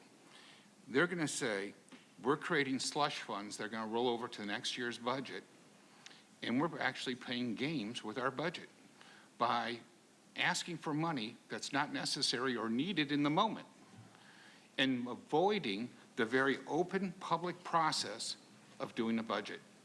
So, you know, I don't like that we're doing this in this fashion. I find it not transparent whatsoever. When we look at doing things that are projecting programs out 2 years in advance, That's what the budget process is for. The other thing is, when we start talking about giving money to specific organizations instead of creating pots of money that people can apply for, then we're picking winners and losers. And I'm just wondering, in the City Heights Community Development, I'm sure they do incredible work, but I don't ever recall them ever doing work in District 2. And yet we're talking about $3.6 million for rental assistance there. But I don't see anywhere in here that District 2 has rental assistance whatsoever, or the Urban League of San Diego County. I'm sure they do incredible work with rental assistance. But again, in a budget process, in 3 months, we would be able to do all these things under the light of day with minutes, with open meetings, with community input, nothing behind closed doors, everything in the light of day. And I'd feel very comfortable supporting all of it with that type of scrutiny, because we would be measuring all the needs. But giving people money far in excess of what they can spend in 3 months creates a slush fund that would allow us to do budget changes because they have too much money here and not enough money there. And sometimes they happen on the natural, and we need that process. But this isn't on the natural. This is not organic. This is cooking the process. And none of these programs are bad programs. I love all of them. I've supported them in the past. I just can't support how we're doing it because I don't know who gave input. I don't know what the outreach was. And when you name specific organizations that don't service the entire county, it looks like there's the thumb on the scale when I know none of my colleagues do that. But I don't want to be part of a process that isn't transparent and gives the notion that our thumb is on the scale for only some groups and some individuals, when I know everybody on this board in their heart wants to help everybody in the county. So I'd be happy if we want to go through, it'd be a much longer meeting, but if we went through a presentation of how we got to these numbers in depth, I would gladly support it if that made sense. But if we wait 3 months, we can actually do that, and it's called the budget. And then it's an open public process that everybody gets to participate in. And the criteria used to select this, can anybody share what the criteria was of why we prioritized these over anything else? I mean, how was that criteria determined and who got to choose it? So I will share a little bit about the background behind how this recommendation came to be. And it started with September, in September of 2025, when county staff was directed to, when the reserve policy was revised, and county staff was then directed to come back to the board in January with a proposed framework on how to spend that amount of funding that was made available with the revision of the board policy. That amount of money was called the unlocked reserves. And when we started to provide briefings to the board offices, and specifically when we made a presentation to the ad hoc subcommittee on sustainable fiscal planning, we realized that we missed the mark with what we were putting together. So when it comes to what the purpose of the unlocked reserves, I'll note that there are 4 items in the admin code that note what the unlocked reserves are for. One of them is direct response to a decline in federal funding. The next one is in recessionary environments. And then we also have another one that is for the CAO to bring forward any time-critical items in the process of any budget actions. And then finally, to help replenish any general fund minimum reserve requirements. So those are the 4 things that are requirements for anything to be involved in the unlocked reserves. And so with this preliminary work that staff had done in January, we continued to do the work upon direction from the board that was given on January 28th. At that board meeting, the board had directed the CAO to continue the work of putting together a framework for the unlocked reserves and to work under the advice and guidance of the ad hoc committee for sustainable fiscal planning. And so following that direction from January 28th, that is what we did. I will also share that prior to that meeting on January 28th, we did have a budget workshop, and we did hear from the community on many things that would be effective in helping to bolster the support that's needed in response to the volatility that we're seeing on the federal landscape. And so that's some context on how we moved forward with putting together recommendation 19. When you met with the ad hoc committee, were there any minutes or agenda or any public display of any presentations that somebody from District 2 could see or track or follow? We did not, and I would defer to council on what I can share in terms of Brown Act rules, but I'm certainly happy just to speak in concept or principle of what happened here or in a separate supervisor briefing. I don't think there's any, to answer your question, no. It's in the board letter. This is a public meeting, so. Okay. I'm not comfortable supporting this moving forward, although I love all the programs. If we want to have a more depth in presentation so that I understand why we're choosing what we're choosing, and it doesn't just look like we're creating slush funds, because all this money is going to roll over. None of it's going to be spent. And if we were a year away from the budget, but we're 3 months from the budget, all this can be determined in the budget with the most public scrutiny. Nobody in my district can complain I did something behind closed doors, that I hid information from them. Nobody can complain about any of that I picked winners and losers by naming specific organizations instead of pots of money that people can apply for. Everyone's going to understand with the highest and best belief that this is the best policy that the 5 of us could come up with. And I politely urge that in the future that subcommittees or ad hoc committees conduct their business in public with recordings, with minutes, and with notices so that everybody in the public can track what we're doing and how we're doing it. I know that's not the goal. I mean, I know that your hearts are in the right place. I know that you're trying to fix this. Y'all ran for office because you wanted to improve your community, and I believe that to my core. But I don't see how this is in the best interest of all of our districts and all our constituents if nobody believes that it was an open and fair process and that we weren't able to demonstrate how we came to the decision. But you know my beef is I'm the only one that lives in the unincorporated, so I'm always thinking, how does this impact the unincorporated? And when I look at all this, too much of it doesn't impact the unincorporated at all. And we all have unincorporated residents in our districts. And in my particular instance, they are some of the poverty-ridden communities of my district, and they need us to champion them more than folks that can afford other things. So having tenant legal services is important. Having rental assistance is important. And of course, I've always supported affordable housing development. But unless we can approach this with more detail, I cannot find my way to support item 19. And so I'm glad we bifurcated that. Thank you.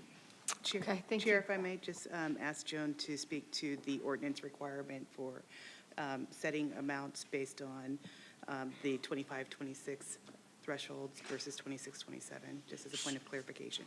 Sure, and then also in response to some of your comments, Supervisor, I realize I should have shared that a lot of these items that are in this matrix are contemplated to be put to use this year. So much of it is for extension of existing programs that currently are funded with one-time sources. So there is that, and I should have mentioned that.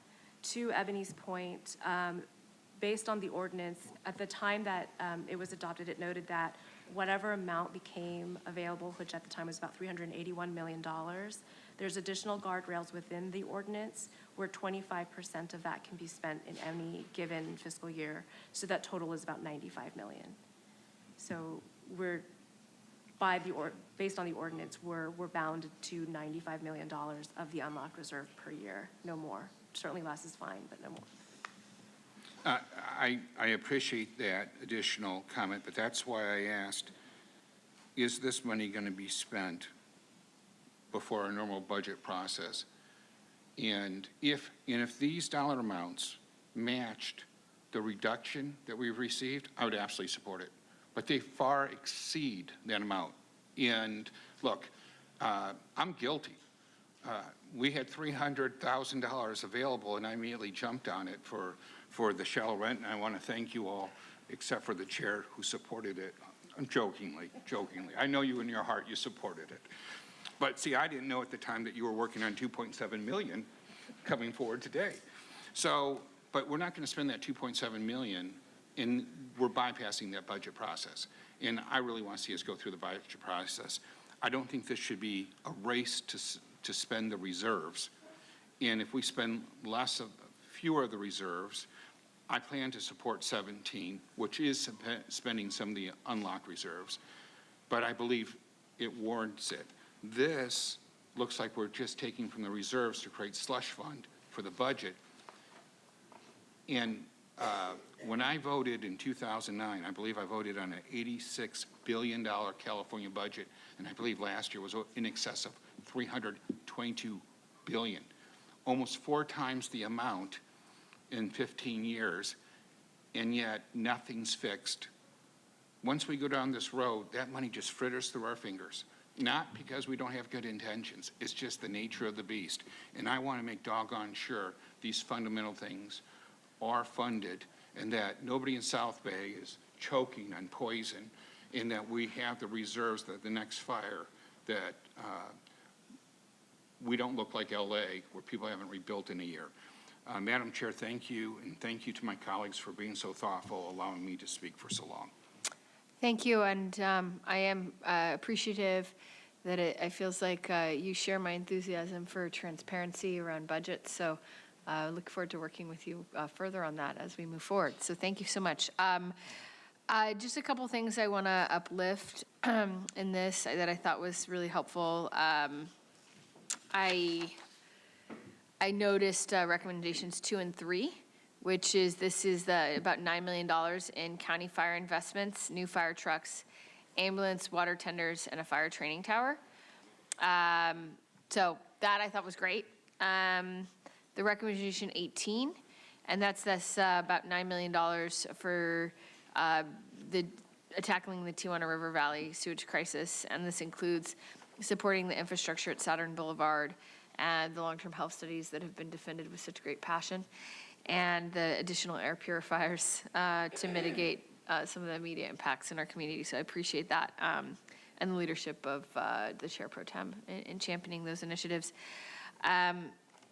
I also just wanted to, uplift some of the core needs of our community that are being addressed here, needs that were unfunded or underfunded in the last budget cycle. This includes $18 million in housing investments, including tenant legal services and affordable housing and senior homelessness prevention, $6 million for supporting vulnerable populations, and other, I think, critical investments at this moment. So again, I think this was hard to do. There's just such huge demands on our resources at this time.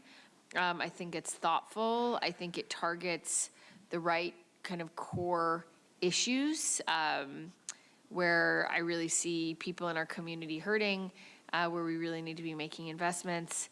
And I'll be happy to second the motion, acknowledging the bifurcation, and appreciate that. We don't all have to agree all the time, but it's good to find the places that we can agree and be able to work together on the areas where we do have consensus. So I just also want to again thank the team. I think this was the huge work. And zooming way out, this is an incredibly small margin that we're operating on. And I know when we were in sort of the COVID years with the ARPA funds, it was like a very different environment where there was just so much funds coming from the federal government, and we're in the really opposite situation right now where we're just facing all these cuts and all these demands. So I just want to, acknowledge the hard work. And the other kind of piece that I do want to uplift is that I do see some departments working really hard to contain costs, and that's really difficult to do. And some of our departments are coming in, within what's projected in terms of matching expenditures and revenues. And really appreciate the work of those departments and programs. Definitely am concerned about where we have like massive expenditures that are outpacing revenues, and we're seeing real shortfalls, which sort of strains our county systems as a whole. And so I think that we kind of need to think big picture strategy around that. And then the last thing I'll just note is we obviously are in a budget process. And I'm, continuing to encourage everyone to participate. We had evening budget hearings for the kind of early in the budget process for the first time ever. That was one of the things I had committed to do as chair, is to have those budget hearings much earlier in the budget process, which we did a number of months ago, so that communities could have a voice much earlier before the budget was completely cooked. And I think that was incredibly helpful. I hope that if people are concerned about specific kinds of services and programs or seeing impacts on their communities, you're reaching out as well to your supervisor as this budget process is put together. And I know Joan and Ebony are planning, and have been, frankly, getting a lot of input from board offices as this budget process moves forward. So looking forward to that as well. And I think that's going to be a really hard moment to figure out how we meet all of these needs. It's not going to be an easy budget. It's going to be a really difficult budget. But I am hopeful that with this kind of a lot of the input that we're getting early on the front end around the budget, that we'll be able to target the most important and most critical needs for San Diego County. So again, thank you. We have a motion and a second. Any additional comments from any of my colleagues? I just want to register a note. Oh, I'm sorry. I was going to ask for the appropriate motion, the bifurcation. Oh, I did. I said that. I said there was a motion got it. and a second with 19 bifurcated, so that people could vote no on that, and we could have space for consensus where there is, and space for disagreement where there is as well. Thank you. And real quick, I just wanted to note, because it's the way I voted on it last time, I think it's the new item 17 that has the 3 bullets, with the one about the studies, the third bullet, just register a no. I opposed that third bullet. Sorry, I want to look at this again. Yeah. 17, the third bullet, that's the studies that I don't like on the Tier 1 thing. Give me a second. Yeah, I know. The numbers got changed on this item. So 17, the third bullet. I'll just register a no vote and not ask for a bifurcation on that one, on that third bullet. Is this I'm trying to find out, looking if this is a 3-vote or a 4-vote item. That was the question I'm trying to answer. That's a 3-vote? Okay, thank you. Okay. Yeah, so we have, so there's a motion on the floor. We're bifurcating it. We're going to vote first on everything except 19, and then we're going to vote on 19. And Supervisor Desmond is registering a no vote on the 2.5 for the studies in in the new item 17 in the current motion that's on the floor. Does everyone follow? Okay, please vote. Chair Lawson-Remer, that motion passes unanimously with all supervisors being present and voting aye, with the note that Supervisor Desmond voting no on recommendation 17 on the third dot point. Okay, fantastic. And now we'll turn to item 19, recommendation 19.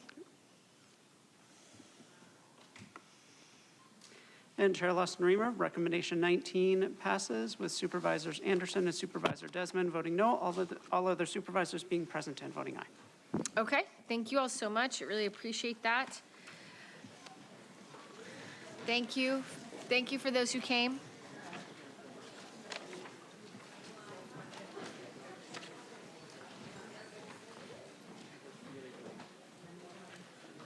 Okay. We're going to give the chamber a moment to clear, and then we'll go to item 14.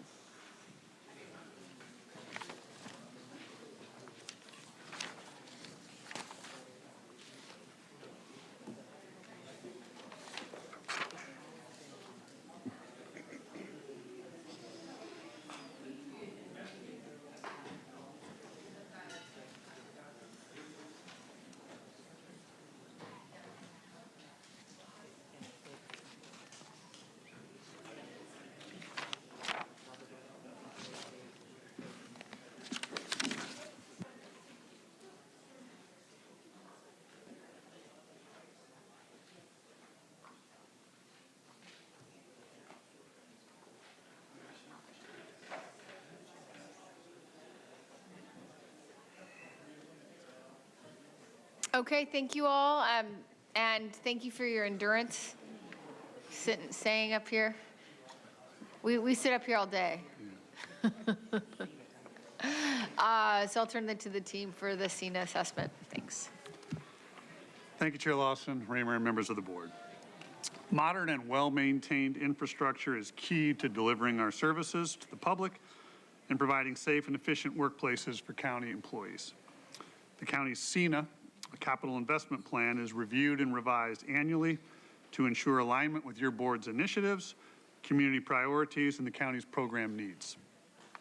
Due to the ongoing financial challenges you just heard about, including rising program costs and limited revenues, fiscal year 26-27, or year one of the CENA, focuses on projects that are funded by program-specific revenue, along with those necessary for health, safety, and legal mandates.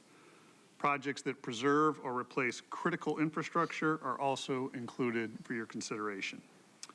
The recommendations before your board today will enable the team to move forward with short and long-term activities to align project timelines with anticipated funding sources. To present the overview today are Marco Medved, Director of General Services, and Jason Hemmons, Director of Parks and Recreation.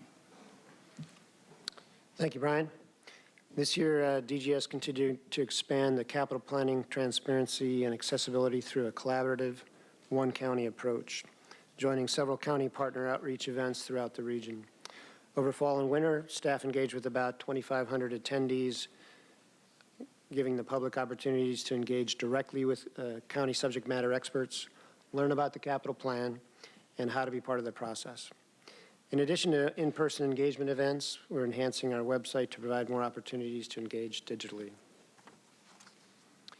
The CENA being presented today recommends $82 million to be considered for inclusion in the operational plan, pending identification and availability of funding.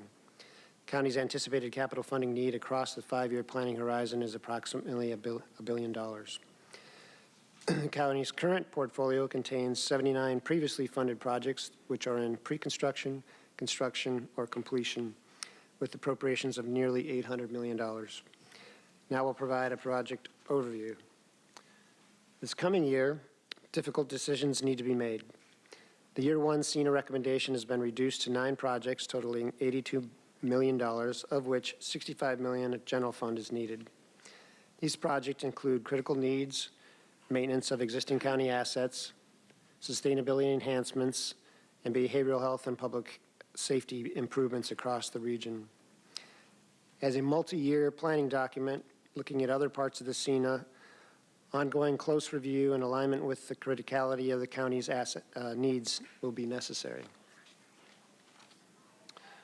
Next, we'll provide information about projects that have been previously approved in CENA and are now in active state of pre-construction, construction, or completion.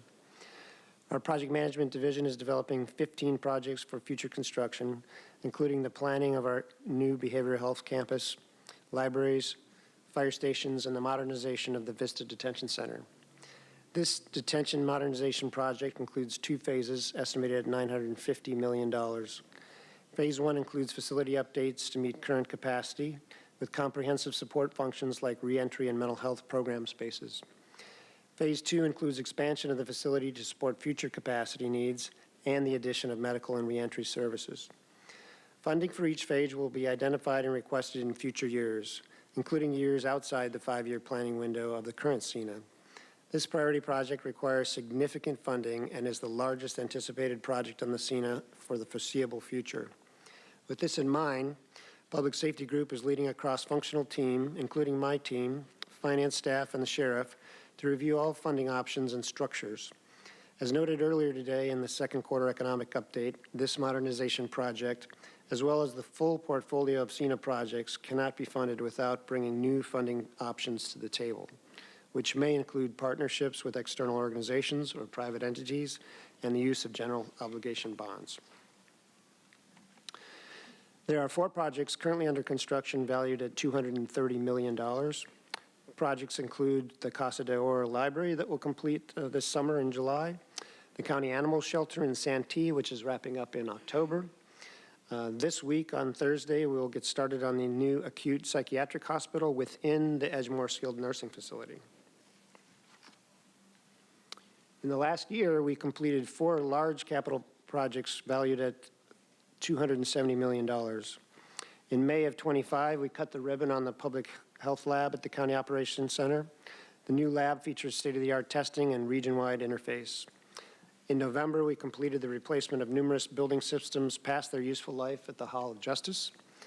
The East County Crisis Stabilization Unit will wrap up this month, providing a walk-in facility that offers a general approach to intervention and stabilization for those suffering from behavioral health or mental health crisis. And last July, we completed the COC consolidation, clearing 145,000 square feet on campus to make space for public health, while avoiding $150 million in new construction. Maintenance of existing infrastructure remains a top priority for the county. We need to take care of what we own. While the CENA prioritizes new construction and significant upgrades, a separate planning document, the Major Maintenance Implementation Plan, or MMIP for short, focuses on operational continuity of long-term infrastructure and critical maintenance of assets and equipment. The MMIP is a 2-year forecast developed concurrently with CENA. MMIP projects generally cover building renovations, sustainability and electrification efforts, new mechanical and electrical equipment, roof replacements, repair of structural systems or equipment such as new play structures at county parks. We complete hundreds of major maintenance projects each year. Some recent examples include renovation of the Substance Use Residential Treatment Services, or CERTS, facility in National City, a unit softening at East Mesa Juvenile Detention Facility, and the installation of LED lights and fixtures at the COC chambers. This year, we've identified $82 million of need to cover the critical MMIP requests in the coming year, or of 26-27, or year 1. And now I'll turn it over to Jason. Thank you, Marco. Our team manages 56 capital projects that are in various phases of pre-construction, construction, or have recently been completed. Currently, we have 35 projects with $87 million in funding in pre-construction, including a comprehensive trail and restoration project at Dictionary Hill in Spring Valley, sewer and electrical upgrades at Felicita Park, and a new staging area in Bonzo. There are 12 parks projects valued at $100 million in active construction. Projects include the restoration of the West Basin at Lindo Lake Park, a new park in San Luis Rey River Park, and a new outdoor classroom at Los Penasquitos Preserve. This fiscal year, we completed 9 projects valued at $29 million, including a new park in Fallbrook, resurfacing of a fully accessible baseball field at San Dieguito Park in partnership with the Miracle League and San Diego Padres, and a baseball-themed playground at Lakeside Ball Fields, furthering efforts to improve and increase recreation opportunities for communities across the county. Now I'll turn it back over to Brian. Thank you, Jason and Marco. The recommendations before your board today are to approve the CENA as drafted and refer it to the Chief Administrative Officer for funding and implementation of individual projects. Today's action does not approve funding for projects. Final funding recommendations and associated actions will occur through the budget process. As the county team has indicated in the second quarter economic update, the funding requests for year 1 projects are being considered as the county team develops the fiscal year 26-27 operational plan, with consideration of all the other one-time priorities of the county. We'll continue to evaluate funding options and other diversified funding strategies for next year and the rest of the years of the CENA. And we will return to the board as needed should further funding become available. This completes the staff presentation. Thank you so much. Andrew, let's go to public comment. Thank you, Vice Chair Montgomery Stubb. We have 18 requests to speak on this item, 8 in person and 10 requesting to speak by phone. Also note for the record that we received 6 e-comments, 5 in support, and 1 neutral. For any individuals that requested to speak on item 14 by phone, please dial into the conference line using the instructions that were provided to you. We'll begin with the in-person speakers. As your name is called, please come forward and stand on the arrows until it is your turn to speak at the podium. Because there are 10 or more speakers on this item, you'll have 1 minute to address the board, and I'll ask you to begin by stating your name for the audio record. I'll call you in groups of 3, so I'll ask you to please listen for your name. I'd like to invite forward the first 3 individuals: Alicia Morrison, Commander Chris Lawrence, and Christina Clonts.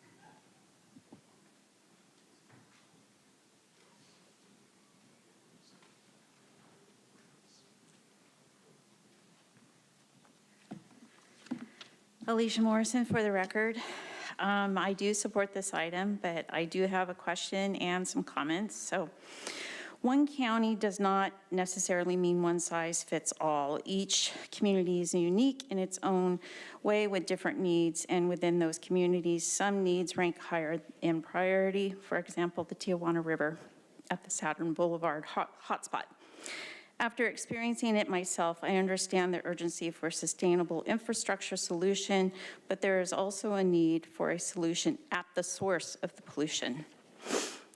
I have a question about the MMIP Public Safety Group, the Marine Corps Air Station Miramar Firearms.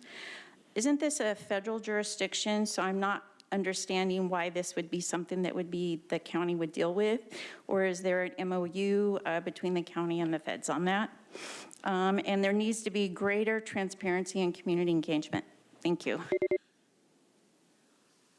Thank you. Next speaker, please. Good afternoon, Chair Lawson-Reamer and members of the board. My name is Chris Lawrence, and I'm a commander assigned to the Sheriff's Detention Services Bureau. I'm here on behalf of Sheriff Martinez, who respectfully sends her regards and wants to ensure her words are expressed to the board and the community as it relates to her strong support for the Vista Detention Facility, or VDF, as part of the CENA plan. A new modern VDF is a project that has been long advocated for, carefully studied, and undeniably needed. This project has centered on more than just new physical building. It's been about safety, dignity, modernization, and better outcomes. The current VDF was built for a different era of incarceration and is at end of life. It was also built with short-term stays in mind, a reality that no longer exists after the realignment brought about by AB 109. Today, we understand far more about mental health, medical care, reentry planning, and the importance of humane conditions for both staff and those in custody. A modern facility allows us to align infrastructure with best practices, which will improve outcomes, expand programming space, and ensure appropriate clinical and rehabilitative services can be delivered effectively. On behalf of the Sheriff, I want to thank our community, city leaders, and this board who understand that this is not just a county project, it's a regional responsibility. Thank you. This next speaker is coming forward. I'd like to invite 3 additional speakers. Allegedly, Audra, Cesar Javier, Jennifer Royston. Good afternoon, Supervisors. My name is Christina Clons, and I'm speaking to you as a nurse and nurse leader who has practiced within Vista Detention Facility and is in support of this item. Correctional health care has evolved significantly. The individuals entering our custody present with advanced chronic diseases, behavioral health needs, substance use disorders, and a higher overall medical acuity. Our current infrastructure was designed for a different era in healthcare delivery. We must evolve the infrastructure. From a nursing perspective, purpose-built medical space with intentional design enhances patient safety, protects confidentiality, and stabilizes work performance.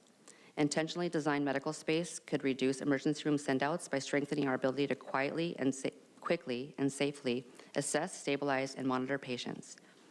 Strategic medical adjacency design allows for faster escalation of care, closer monitoring of medically fragile individuals, and improve interdisciplinary coordination.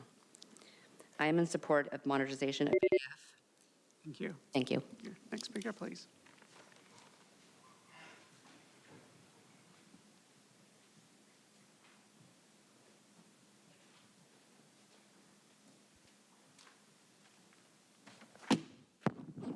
Wish we lived in a world where people actually cared about our community and that you guys actually spent the money that people work really hard for on things that are actually going to benefit them instead of benefiting your pockets, which we can see with that last item and how you guys want to bring things forward. No, we only need 3 votes. Oh, it's going to pass anyway, even if Joel and Jim say no. It's a bunch of shenanigans that you guys, engage in. I mean, you literally put people through hell, and then you're like, we have a place for you if you have a behavioral health issue that we created. Now we're going to medicate you. It's like, it's pretty alarming to wake up to what the world is really doing and the people that are supposed to be representing people and actually making their lives better, and they don't give a shit. They exploit and they gaslight and virtue signal like you guys are really doing something good, and it's like, all you have to do is go and talk to the people in the community, but you guys sit up on a dais, so you're too high to be able to do that. Next speaker, please. Cesar Javier. And I'll invite the remaining speakers in person, Michael Beck and Mike O'Dean. Cesar Ed Purita, District 9, City of San Diego, District 4 of the county. As a priest, thank you for your confession. My response to you guys, you go back to your home, your working places, and read 100 times your plan, your capital punishment, capital impact projects. God will forgive you. Just continue reading and rereading, and hopefully do not be loyal to a group or party. Let's be loyal to our Constitution. Ma'am Rimer, Ma'am Steve, I think, and Ma'am Aguirre, I thought you are spearheading to solve the issue of life and death for San Diegans. District 1, Tijuana River pollution, my God. Let's pour our resources there. Let's pour our trust. Thank you, God. Help us. Help us. Thank you. Next speaker, please.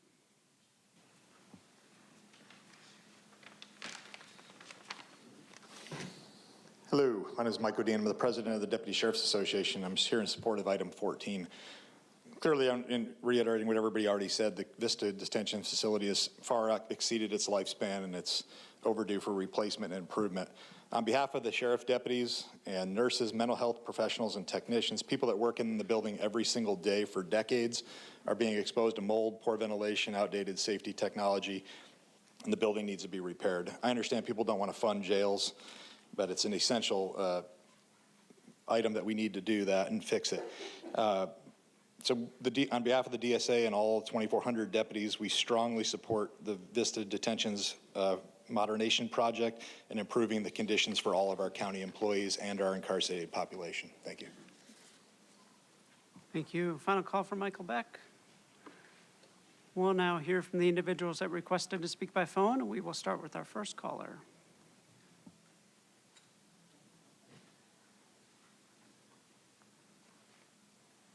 Good afternoon. My name is Becky Rapp, and I appreciate this item as improving infrastructure is not optional. Roads, drainage, schools, school sidings, emergency access, and public safety facilities must come before policy expansions. At a recent board meeting discussing the socially equitable cannabis program, the president of the Bonsall School District and the chair of the Bonsall Community Planning Group raised serious concerns. She spoke about unresolved school site approvals, inadequate roads, and basic infrastructure gaps in her community. These are not minor issues. They directly affect children's safety and quality of life. Yet, despite those concerns, the cannabis program is moving forward, and the infrastructure in that community is not. How can we justify expanding operations in areas where critical infrastructure has not been addressed? Increased traffic, public safety demands, and enforcement needs all rely on adequate roads and facilities. If we acknowledge in the capital improvement. Hear from the next caller.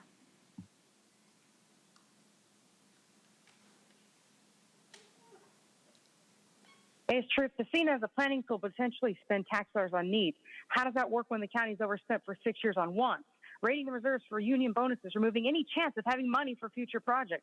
It's basic science, right, Manuela, that you need studies to understand. It's basic math. You have a negative budget. The dilapidated Vista Detention Facility is yet another victim of county neglect, resulting in countless lawsuits which forced this board to finally act. The East Mesa Juvenile Detention Facility, you guys better start focusing on the child abuse allegations that are building. Defund political games like bonuses and invest in things that actually benefit working families, police and fire stations, storm infrastructure, roads, sidewalks, reservoirs, dams, etc., with special attention to neglected Spring Valley. The county animal shelter in Santee won't even serve Santee residents. Staff can't even say if they could fit 2 horse trailers in for backcountry residents in an emergency. The best part of this item was the term one county approach, because repeatedly today we've heard the backcountry pushed to the side and county considerations. It's almost like the county is being run by San Diego coastal elite dictators. On to the next caller.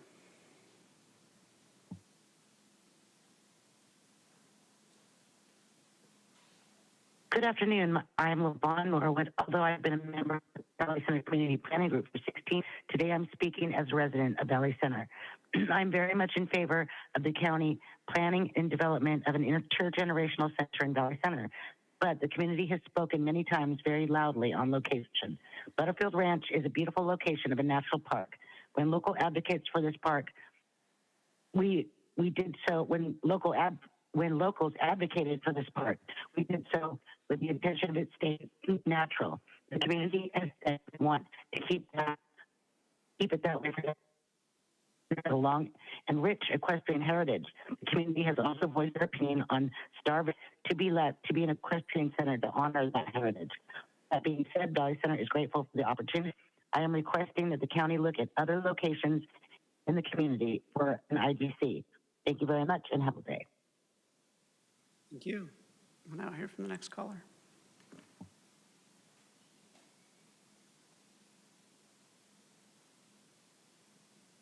Good afternoon, Chair and members. Dan Silver, Endangered Habitats League, also on behalf of Michael Beck, who had to leave the chamber.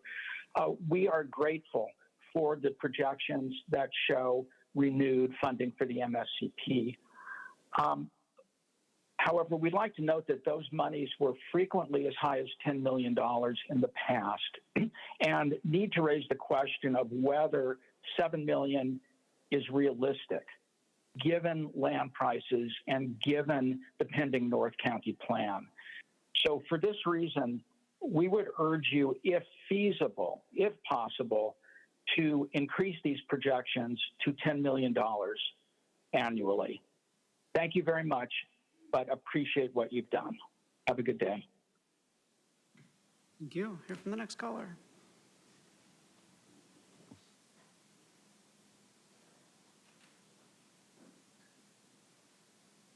I'm just still shocked the fact that your lawyer decided to take a pay cut to work for our county. I wonder why. Is it the same reason why the judge got appointed to, like one of the first cases she had on the restraining order you gave me? Because I called you guys a cunt? I have no idea. But it just seems really, really strange to me. But, you know, fuck it. Who cares about our elections, right? Who cares on the fact, I mean, obviously you care about who elects you. That's where all the money goes, right? Your union people. To the point that Joel is calling you out, which is surprising as all hell because he's trying to save you. So listen to what he says. You got to pretend. If you don't want to get in trouble, just pretend you care, you listen to the people. That's all you have to do. You know, the checkbox, stop trying to skip that checkbox because you're going to get in major trouble for skipping that checkbox. That's what Joel is trying to tell you. He's a professional in this kind of shit. Hear from the final caller.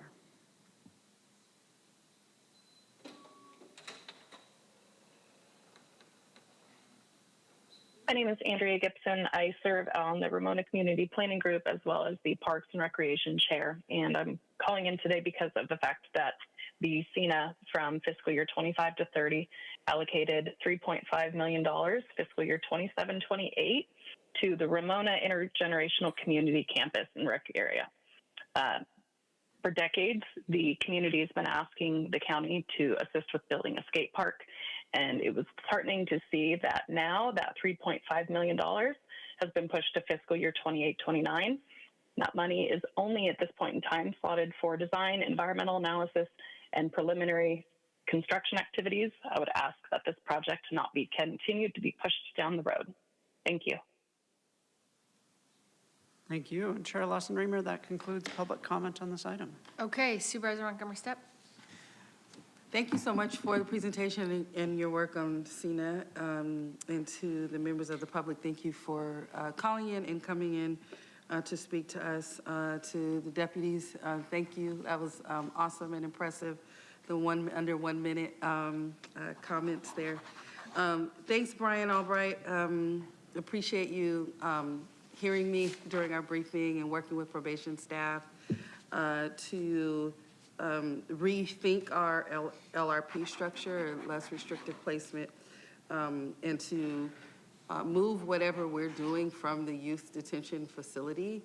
That it certainly was not in the black letter law or the spirit of the law, which the whole purpose was to kind of have a radical thought process around reintegrating our young people back into having an LR, because there was really a lot of intention behind that law in really changing the lives of our young people who had been housed in detention facilities. So I understand we're looking at other locations. I'll just drop another nugget for our, not our SENA folks, but our service folks, that I also think that we should be partnering and that probation should not be facilitating over those LRPs.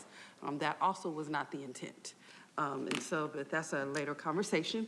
Well, I do look forward to working with community-based organizations and having community staff running those under the guidelines of the LRP and why they were established, so that our young people can have access to trauma-informed care, educational programming, and rehabilitative support to reenter the community. So there are quite a few District 4 projects on here. I'm very proud of a lot of the work the county has done in District 4 and across the region so far. But I just wanted to put that extra emphasis on the LRP. So thank you so much. And I will move the item if needed. Thank you. Supervisor Desmond. Well, first of all, thank you for all your work on this. I know this is a juggling act and you're trying to prioritize projects throughout the whole region, and I think this is a good mix for all 5 districts. So thank you very much. I do want to bring up the Vista Detention Facility. Obviously, this is a massive need and an investment. And, you know, we've heard from the sheriff that there's going to be a strong focus on reentry services once somebody's let out of the jail, trying to get them into services or housing or things like that. But I want to stress again that we, as one of the nurses that came forward here, that we need mental health facilities within the jails. I mean, because unfortunately, that's the #1 place where people get mental health treatment, and it's cold turkey. So I would like to see designed within the jail some type of mental health facility. It's not just jail cells. Maybe it's a ward or something like that that helps people that have mental health, that need mental health treatment. And maybe working with the nurses and other people that actually provide that services elsewhere, those services elsewhere, that this can get incorporated into a modular or something like that at the jail, because that seems to be our biggest impediment right now is taking in mentally ill people and they're not getting, I mean, as was stated, this jail was built for a different purpose many years ago. This was just to house criminals, not to house people that had mental health issues. So I'd like to see that as an emphasis in the new jail coming forward. And I want to ensure that it remains a priority. And this is where one-time money should be spent, not an ongoing program. So I would just like to put that in there, because this is going to take one-time money, but it's going to be a structure that's going to last for many years. So thank you very much. I'll second the motion. Okay. Thank you very much. We have a motion and a second. Any additional comments? Okay, seeing none, please vote.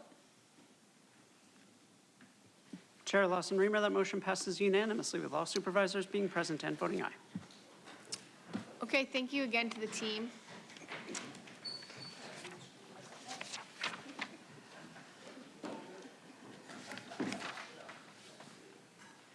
Okay, we now move on to non-agenda public comment. Andrew, can you please call the remaining individuals? Thank you, Chair Lawson Remer. We have 7 remaining requests to speak on matters not listed on the agenda. 2 individuals in person and 5 requesting to speak by phone. For those that requested to speak by phone, please dial into the conference line using the instructions that were provided to you. We'll begin with the in-person speakers. As your name is called, please come forward and stand on the arrows until it is your turn to speak at the podium. You will have 2 minutes to address the board, and I'll ask you to begin by stating your name for the audio record. I'd like to invite forward Cesar Javier.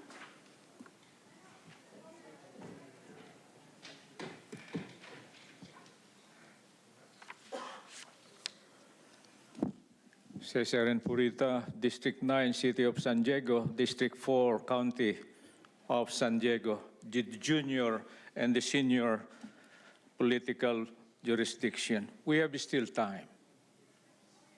And we have 10 fingers intelligences. Very basic. God help us.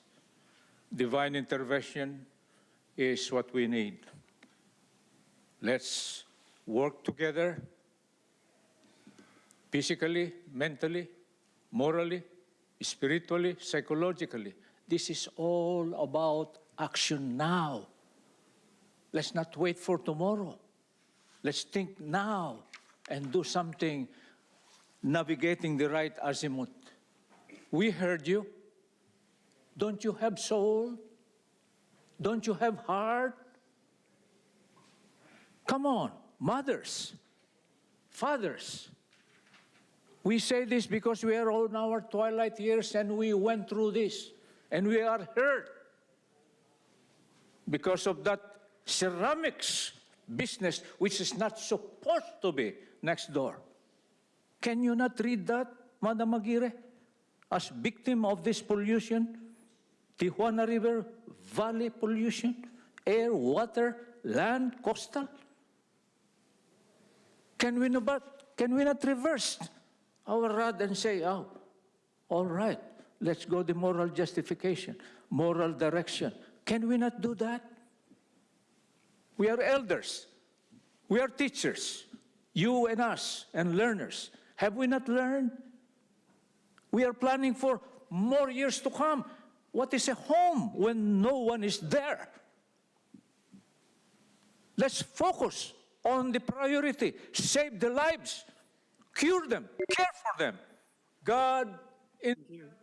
Thank you. Thank you. Your time is up. We'll now hear from the individuals that requested to speak by phone. We'll start with our first caller.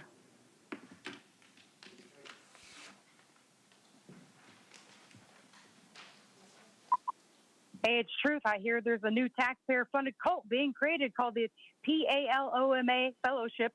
I believe that stands for Propaganda, Agitation, and Leftist Opportunism for Manuela Advancement. And their mascot is a female dog. Not sure if there's been a decision between Dasha or Manuela. I assume the one who's in love with herself. But it's a training program, probably to learn how to avoid paying property taxes. Creating the SIU IBWA Socialist Grifter Minions of Tomorrow. Full expenses paid by legal residents because Manuela never funds anything herself, of course. Be advised that I'm going to keep auditing this program. Now, does everyone remember when former County Council number 100, David Smith, tried to stop me from reading Helen's email about temper tantrum Tara's backroom deals on the CAO seat she wanted the vicious Politico Paul Worley to get? From a Voice of San Diego article entitled Ex-Top County Bureaucrat, quote, the county also pressured media outlets not to publish the email. Helen Robbins-Meyer confirmed that she emailed former County Council number 80, Claudia Silva, to flag concerning moves by Tara Loss-Reamer and argued the message shouldn't be protected. It was not attorney-client privilege because I was not seeking legal advice. I was reporting an inappropriate and unethical activity that could also have potential Brown Act and legal ramifications to the improper deal proposed by the supervisor, Robbins-Meyer wrote, end quote. And much like Tara Manuela has also been very exclusive in who Tara picked for her. Is it true that a union forced Manuela to use Amplify Campaign's corrupt Dan Rottenstreich as your political consultant, the husband of racist union puppet Bridget Browning, who cut a deal on Midway Rising? Almost as rotten as the Primacy Group and Larry Reamer. Tara, do you know he used to use Sherry's 858 phone number in La Jolla for his consulting business? My suggestion, Tara, is to quit working with the Center on Policy Initiatives to extend the supervisor term limits that hypocrite Democrats and their campaign funders, SEIU, once supported in 2010 to trick voters into getting rid of the full Republican board that people didn't have a problem with at the time. The corrupt progressives love their reign of terror. They never want it to end. Isn't that right? Thank you. We'll hear from the next caller.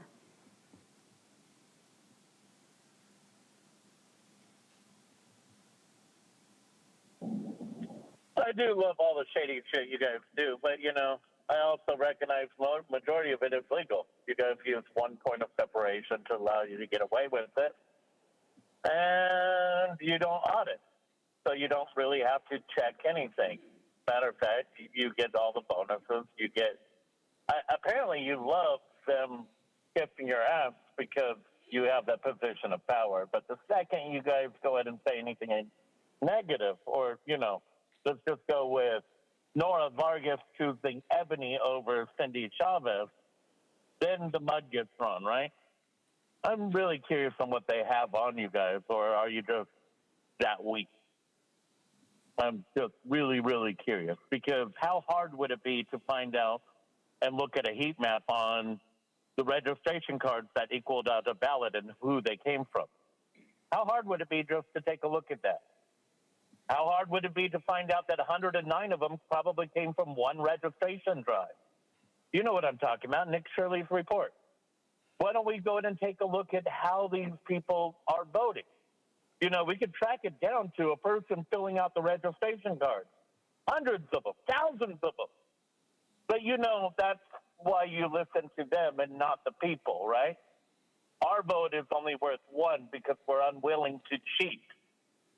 But theirs, for whatever fucking reason, they love getting it crammed in their ass. And so therefore they deserve, what, 100 votes each? So what's the deal? You like child trafficking, you're allowed to vote, what, 1,000 times? I mean, these are the people checking out the registration cards committing that crime that you're protecting. I'm just curious on why.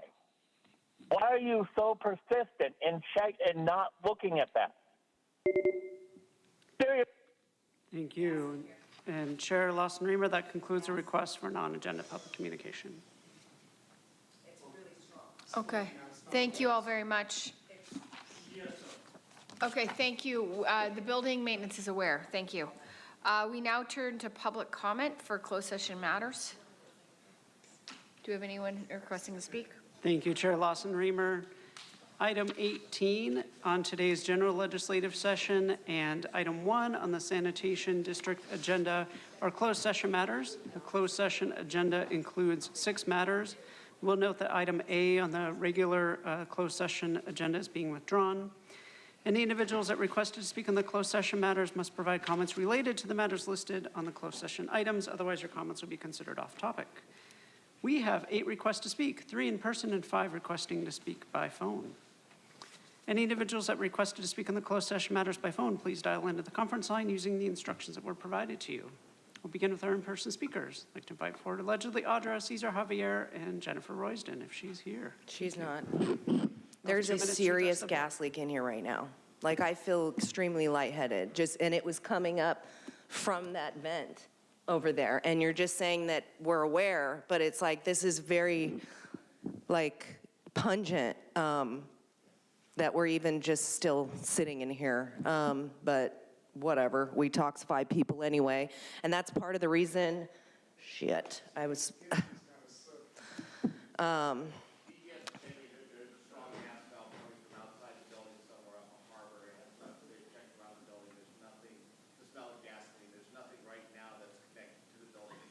it's coming through that vent though. It's coming from outside vents, it's coming in, or coming out from the outside in. So the building is not 100% airtight. No, but that's really bad because just sitting, I feel like you guys are trying to poison me. I mean, as long as I'm the one that dies, it's cool. I mean, just reasons like this, I don't feel like you guys are equipped to do anything in closed session. I actually had my phone I was gonna bring to whatever. You know, when you guys are engaged in things like torturing children and county council sits here and will allow the social workers to enter fraud into reports and lie about families so that they get ripped apart and then they can come in and terminate a parent's rights. And county council sits here and defends that. It's like I can't even think straight, but it's like this is the world we live in. It's full of toxic everything. And you guys don't care. You just, we're aware of it. That's what's so sad is that you're aware of the things that are happening to Zaya and Malika Robinson.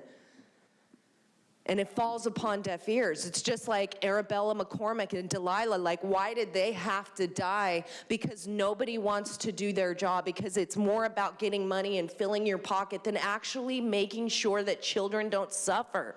Fucking A.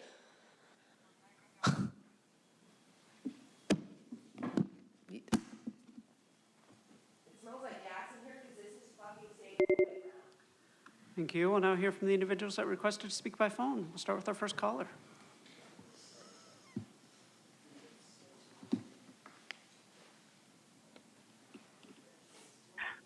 Hi, Andrew. I just wanted to make a request. I don't know if this is permitted or you would allow this, but Paul's phone died. Would he be able to speak on this on this item as well from this phone? Sorry. Yeah. Did he request to speak, correct? Yes, go ahead. Yes, Consuelo, after your comments, Okay, if you thank could you. Okay.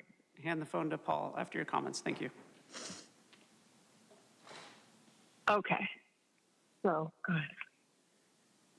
Okay, thanks, Andrew. Yeah, I saw there were 3 cases that were starting out or for potential, and we can kind of guess what they're about. I mean, the county does so many weird things. I mean, you know, it's kind of getting easy to guess what they might be about. But what I'm focused on is the case about that project in North County, I think Rancho Santa Fe, where there weren't enough exit roads in case of fire, and they authorized a huge development anyway, and now they're suing. But even a fire captain testified that there weren't sufficient access roads. In fact, I think there was only one big access road. So that's a case that you should butt out of as quick as you can. Otherwise, it's a total waste of money. And then, you know, there are all those child abuse cases. The AG's getting close, you know, with his investigating the juvenile justice system. So, you know, it's really a matter of time before he catches on to the whole scheme, the whole county scheme. But, you know, 150 odd Polinsky cases, and I don't know how many others there are.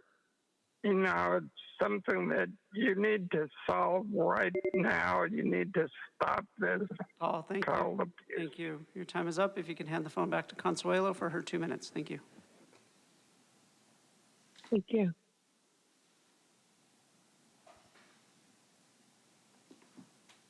Just tell me when. Go ahead, Consuelo. Thank you. Tell me when. Oh, okay. Okay. All right. I guess I'm just going to, let's see. Litigation. Yeah, it's just, I guess I'll just say this is the sad part of these meetings, because somebody's getting screwed, you know what I'm saying? Literally, and it's just a sad thing. I had something written for this, but I don't even know where I can't find it. Yeah. Yeah. So just more of our money being spent on lawyers, and it's really unfortunate. So I don't know. Do you have anything else you want to say, Pablo? It's my time.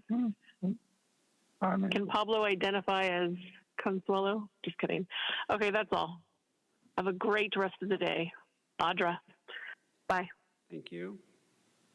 We'll now hear from the next caller.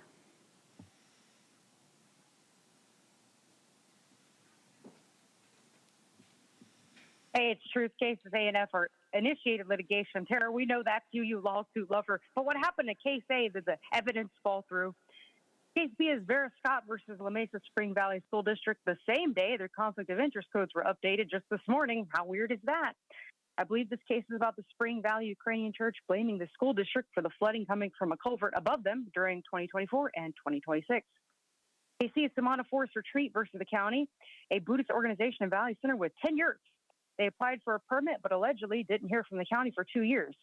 Then they faced an inspection, and the county allegedly said they'll never approve of the land use due to the yurts, that they're a fire risk, lack structural integrity, and are an environmental hazard. That sounds like religious discrimination to me. Samana sees it as a minor use, but the county is insisting it's a major use permit. In 2024, the county then accused Samana of illegally discharging gray water. That sounds like retaliation to me. Then SDG&E cut power to the property, claiming an immediate hazard to life and property, claiming they couldn't restore power without county permission. Isn't that amazing? KC is the Crooked Sierra Club versus the county. Funny when friends fight friends, grifters fight grifters. I guess just the communists struggle to see who gets to control the land in the end. And KC's anticipated litigation. That's Tara, Monica, and Manuela, even Joel, but especially Tara.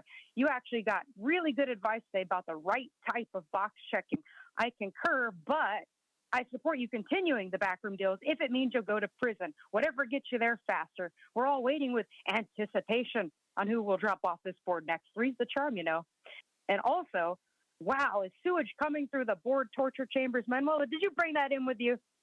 Well, as long as it stays out of Imperial Beach, maybe we can look the other way. Maybe we'll just study it. You know what I mean? Have a good day, you funny people.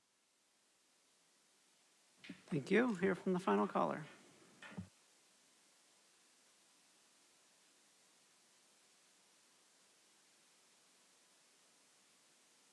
Curiosity, how much money have you guys spent on trying to silence me? I know I was an asshole, and I own to that. Calling you names, that was terrible. Calling your office, that was terrible. Do I think I should be thrown in jail for that? No, but you're going to go ahead and spend how much money? And you fired like all the lawyers, right? Including Heidi, which basically said that I should have been a litigator. I chose the wrong profession. Cynthia's gone. Is Erin gone? Did you guys fire her? What about Natalia? Did you fire that one too? I mean, is that the golden parachutes because you guys know you fucked up? I have not once gone after you legally, but you've done everything in your power to silence me. When the only thing I'm asking is just take a look at the registration cards that acquired a ballot coming to the same location. See if it's one person filling them all out. How hard is it to go in and do that? I mean, ask the lawyer that beat Trump. I mean, he took a pay cut to go ahead and defend this. I would like to know his explanation on that. I mean, because in the NVRA data, when I go ahead and say something specific like that, you guys are supposed to look it up, not file a restraining order, not try to throw me in jail, not try to ruin my entire fucking life because I said there's a problem with the vote by mail system while I was working there. I did the poll worker allocation, ballot order, balance of budget, saved the county, documented millions of dollars. And because I said anyone could fill out a registration card to gain access to another person's ballot, you thought, hey, get rid of this fucking guy. That's what you guys did, right? I couldn't talk to any of you guys. Why? Because the county fired me, and then you gave me a restraining order, preventing me from access except for catching Tara on camera, saying that she would look into that. Thank you. And Chair Lawson-Remer, that concludes public comment on the items in the consent, or in the closed session agenda. Thank you. I think I need to turn it over to County Council for a comment on the record.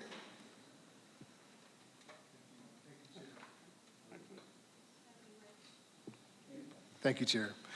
For the record, I just need to address a matter concerning the attorney-client privilege. A statement was made just now, referenced by a public commenter, that appears in a document that constitutes a confidential communication between legal counsel and the county that was made for the purpose of seeking and providing legal advice, and that document is protected by the attorney-client privilege.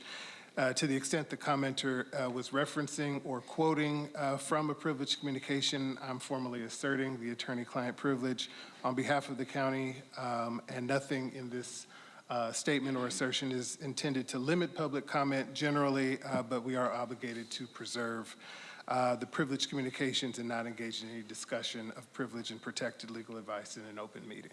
Thank you. Okay, thank you so much. We now proceed with our adjournments in memory. Today's adjournment in memory is presented by Vice Chair Montgomery Stepp in memory of Jesse Jackson. Thank you, Chair. I would like to adjourn today's meeting in memory of a beloved civil rights leader and lifelong champion for justice, whose life was marked by service, courage, and an unwavering commitment to equality and human dignity, Reverend Jesse L. Jackson. Reverend Jesse Jackson was born on October 8, 1941 in Greenville, South Carolina. He rose to become one of the most influential civil rights leaders of the 20th and 21st centuries. A protege of Dr. Martin Luther King Jr., Reverend Jesse Jackson worked closely with him during the civil rights movement. After Dr. King's assassination, Reverend Jackson carried forward that legacy of nonviolent protest, economic justice, and voting rights advocacy for decades to follow. In 1971, Reverend Jackson founded Operation PUSH, which stood for People United to Save Humanity. This initiative was committed to advancing economic opportunities and corporate accountability for all races. He later established the Rainbow Coalition of 1984, building a broad multiracial movement focused on social justice, workers' rights, and political inclusion. Through these efforts, he helped expand opportunities for communities long excluded from political and economic power. Reverend Jackson also launched nationally competitive presidential campaigns in 1984 and 1988. Notably, his 1988 campaign built a powerful coalition that reshaped American politics and elevated issues of fairness, opportunity, and representation on the national stage. Throughout his life, Reverend Jackson was also a global humanitarian and advocate for peace, engaging in diplomatic efforts that secured the release of American hostages abroad and brought international attention to human rights causes. Reverend Jackson lived out a faith rooted in justice and service. His ministry extended beyond the pulpit and led into the streets, the ballot box, and the world's media. He consistently called on the nation to live up to its highest ideals and to widen the circle of opportunity. Reverend Jackson married Jacqueline Brown in 1962, and together they raised 5 children. His life reflected a deep commitment to building a better future for his family and future generations. Reverend Jesse Jackson leaves behind a lasting impact on the civil rights movement and communities across this nation. His voice, his vision, and his courage helped bend the arc of history toward justice. We extend our deepest condolences to his family, loved ones, and to all who were inspired by his extraordinary life of service. Thank you. Thank you for that. That was beautiful. Okay, with that, the board is going to proceed into closed session. We'll take about a 10-minute break. We'll be there at 4 o'clock. We'll be in recess until tomorrow, Wednesday, March 4th at 9 a.m. for a land use legislative session. Thanks. The board will now recess into closed session to consider those matters listed under item 18 and sanitation district item 1 on today's session agenda. If there are any reportable actions, it will be reported out during the land use session of this meeting tomorrow, Wednesday, March 4th, 2026.